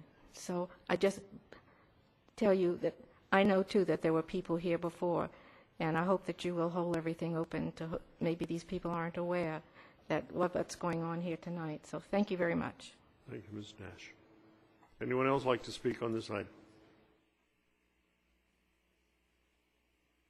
Seeing no one rise on this one, we'll bring the item back. And Mr. Dalton, the last item, expansion area D. All right, expansion area D is the Y, we're calling it the Y residential area. Site's about 10 acres along the northern boundary of the city at the intersection of Lompoc, Casmalia Road, Highway 1, and 8th Street Highway 1, and Parissima Road. It's currently undeveloped with development contemplated under the low-density residential designation at 4.6 dwelling units per acre, or a total of 46 dwelling units. It's currently located outside the city urban limit line. Possible actions. The first one is what was endorsed by the Planning Commission, which is the EIR project, 4.6 dwelling units per acre, total of 46 residential units. Other alternatives, alternative 1 and 2, the two no project alternatives, retaining the area outside the city limits and urban limit line, indicating no interest in future development. Alternative 3, this was the alternative we called high growth, which changed the land use in that area from residential to commercial, with allowing up to 120,000 square feet of commercial. Alternative 4 would be also residential as with the EIR project. And alternative 5 would remove the proposed expansion area from consideration, retaining the existing general plan designation. If the City Council follows the Planning Commission recommendation, staff would work with the applicant to present the request for annexation to the City Council. And at that time, the appropriate environmental review would be done on any proposal, and the application would be presented to LAFCO and be reviewed by the Planning Commission and City Council at public hearings prior to approval. So still several steps would be necessary before this project would move forward. That concludes my remarks. Any questions? Thank you, Mr. Dahl. Yeah, I have a question for Mr. Dahl. The Planning Commission's recommendation is the EIR project. There is nothing in the EIR project that would involve commercial development, is that correct? Right. So when they say EIR project, what they mean is the residential, entirely residential. Okay, thank you. No other comments or questions from here. Let's ask if there's any public comment on this proposed annexation.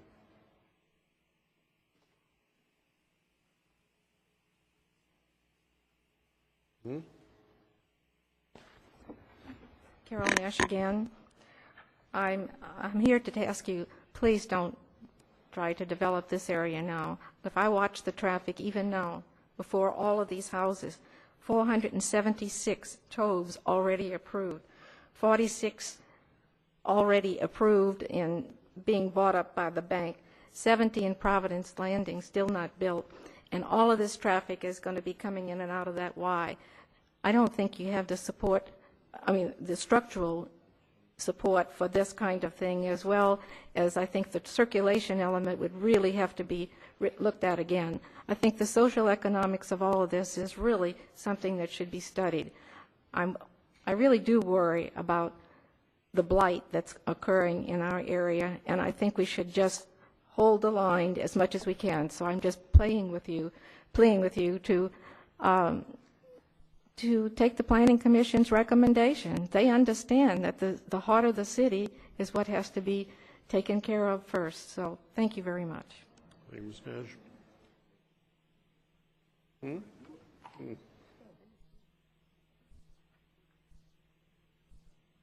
I'm Connie Barlow. Hey, guys, thanks for hanging in there all the way to the end. I don't get to speak very often because I don't have the privilege of living in the city limits. So I can't run for mayor, and I can't run for city council. I can't run for anything. But now you're encroaching on my territory because I live up there by the Y. And for decades, we have liked the fact that we have a rural, quiet area. I have no control, none of us have any control over the fact that that area has been zoned R1, and there are probably going to be 46 houses on that corner. For the life of me, I don't understand why Burton Ranch got approved with almost 500 houses. As someone previously said, the city is hopscotching and grabbing territory wherever it can. I mean, the drive-in theater isn't even city property yet. But that's not why I'm here. I'm here to say that that has no business being a commercial lot. That corner, that intersection is going to be a nightmare when the new development goes up. And there's a handsome gentleman in the audience whose name will go unnoticed, who said to me, well, Connie, it makes sense because we need a service up there, because the college is up there and the police academy is going to be up there and we need a gas station. And I said, are you crazy? I timed it. It takes between 1.5 minutes and 3 minutes to get from the Y to the nearest gas station. If I'm on empty, I can coast down to the gas station, and we do not need a convenience store there. If it's going to be R1, let's let it be R1. Someone said of you, Mr. Mayor and council members, distinguished members, that you have an opportunity to make a difference. I would say no. You have a responsibility for all the people who are going to come after us. Thank you, Ms. Barlow.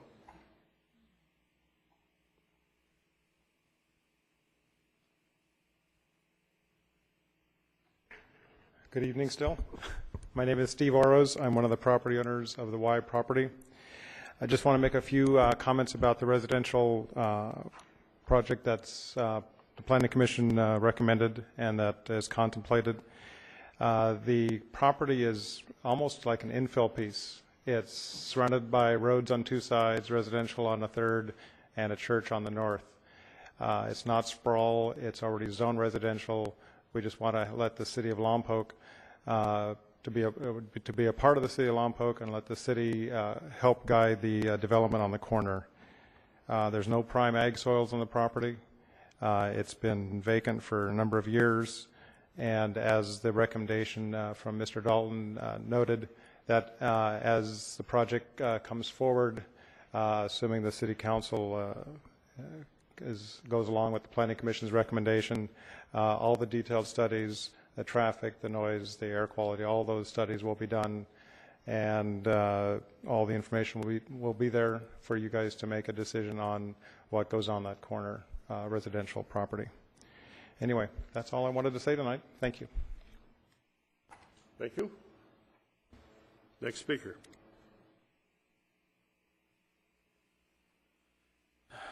Bush Browder. This very brief comment will carry to the other annexation areas. I implore you to not usurp the decisions that will be made by future councils. This is a 20-year plan. Within those 20 years, anything can happen. Like I said before, if the market demands that something be annexed or development needs to be done, the decision needs to be made at that time, not now.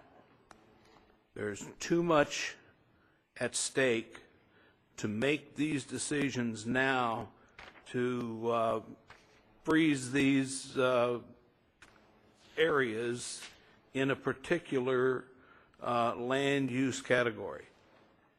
Let the future councils, planning commissions make those decisions as they are required. Thank you very much. Thank you, Mr. Browner. Does anyone else want to speak to this item? Seeing no one, rise. We'll close the public hearing, and that's the last of the public hearings on the 4 annexation items.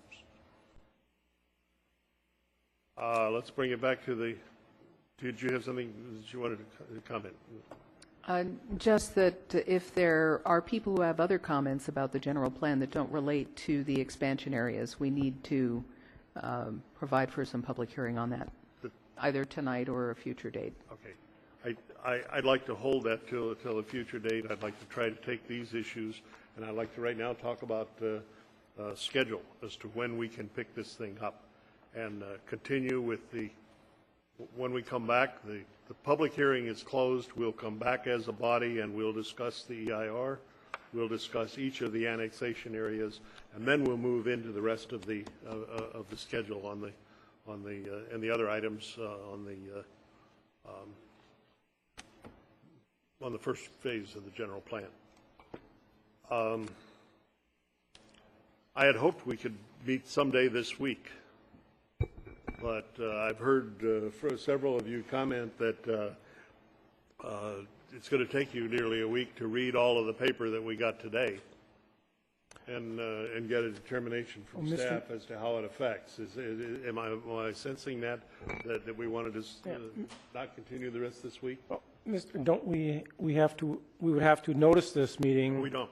We don't have to. If we could continue it tomorrow. Continuation, we don't have a Brown Act requirement. We can continue on the same agenda. We're continuing the same meeting to another date. That's correct. If it were going to be continued to a time within 24 hours of now, we would need to post the notice immediately after the meeting. We're prepared to do that. If it's continued to a date certain as an adjourned meeting, we would need to post notice as if it were a special meeting. If it's continued to some date certain, we don't have to renotice the public hearing. And it would just go on the agenda for whatever meeting it gets continued to. Mr. Mayor, yes, I will throw out a date that I am available. I'm certainly not available this week, and besides with the additional material. So I would like to propose that we meet next Tuesday night, as sort of like the time when we do council meetings. The mayor, I'm sorry, the mayor and myself will be in San Diego. Well, and also, I believe we're going to be interviewed by one of the unions on Tuesday. I'm not aware of that, but okay. Anyway, Wednesday, the 15th?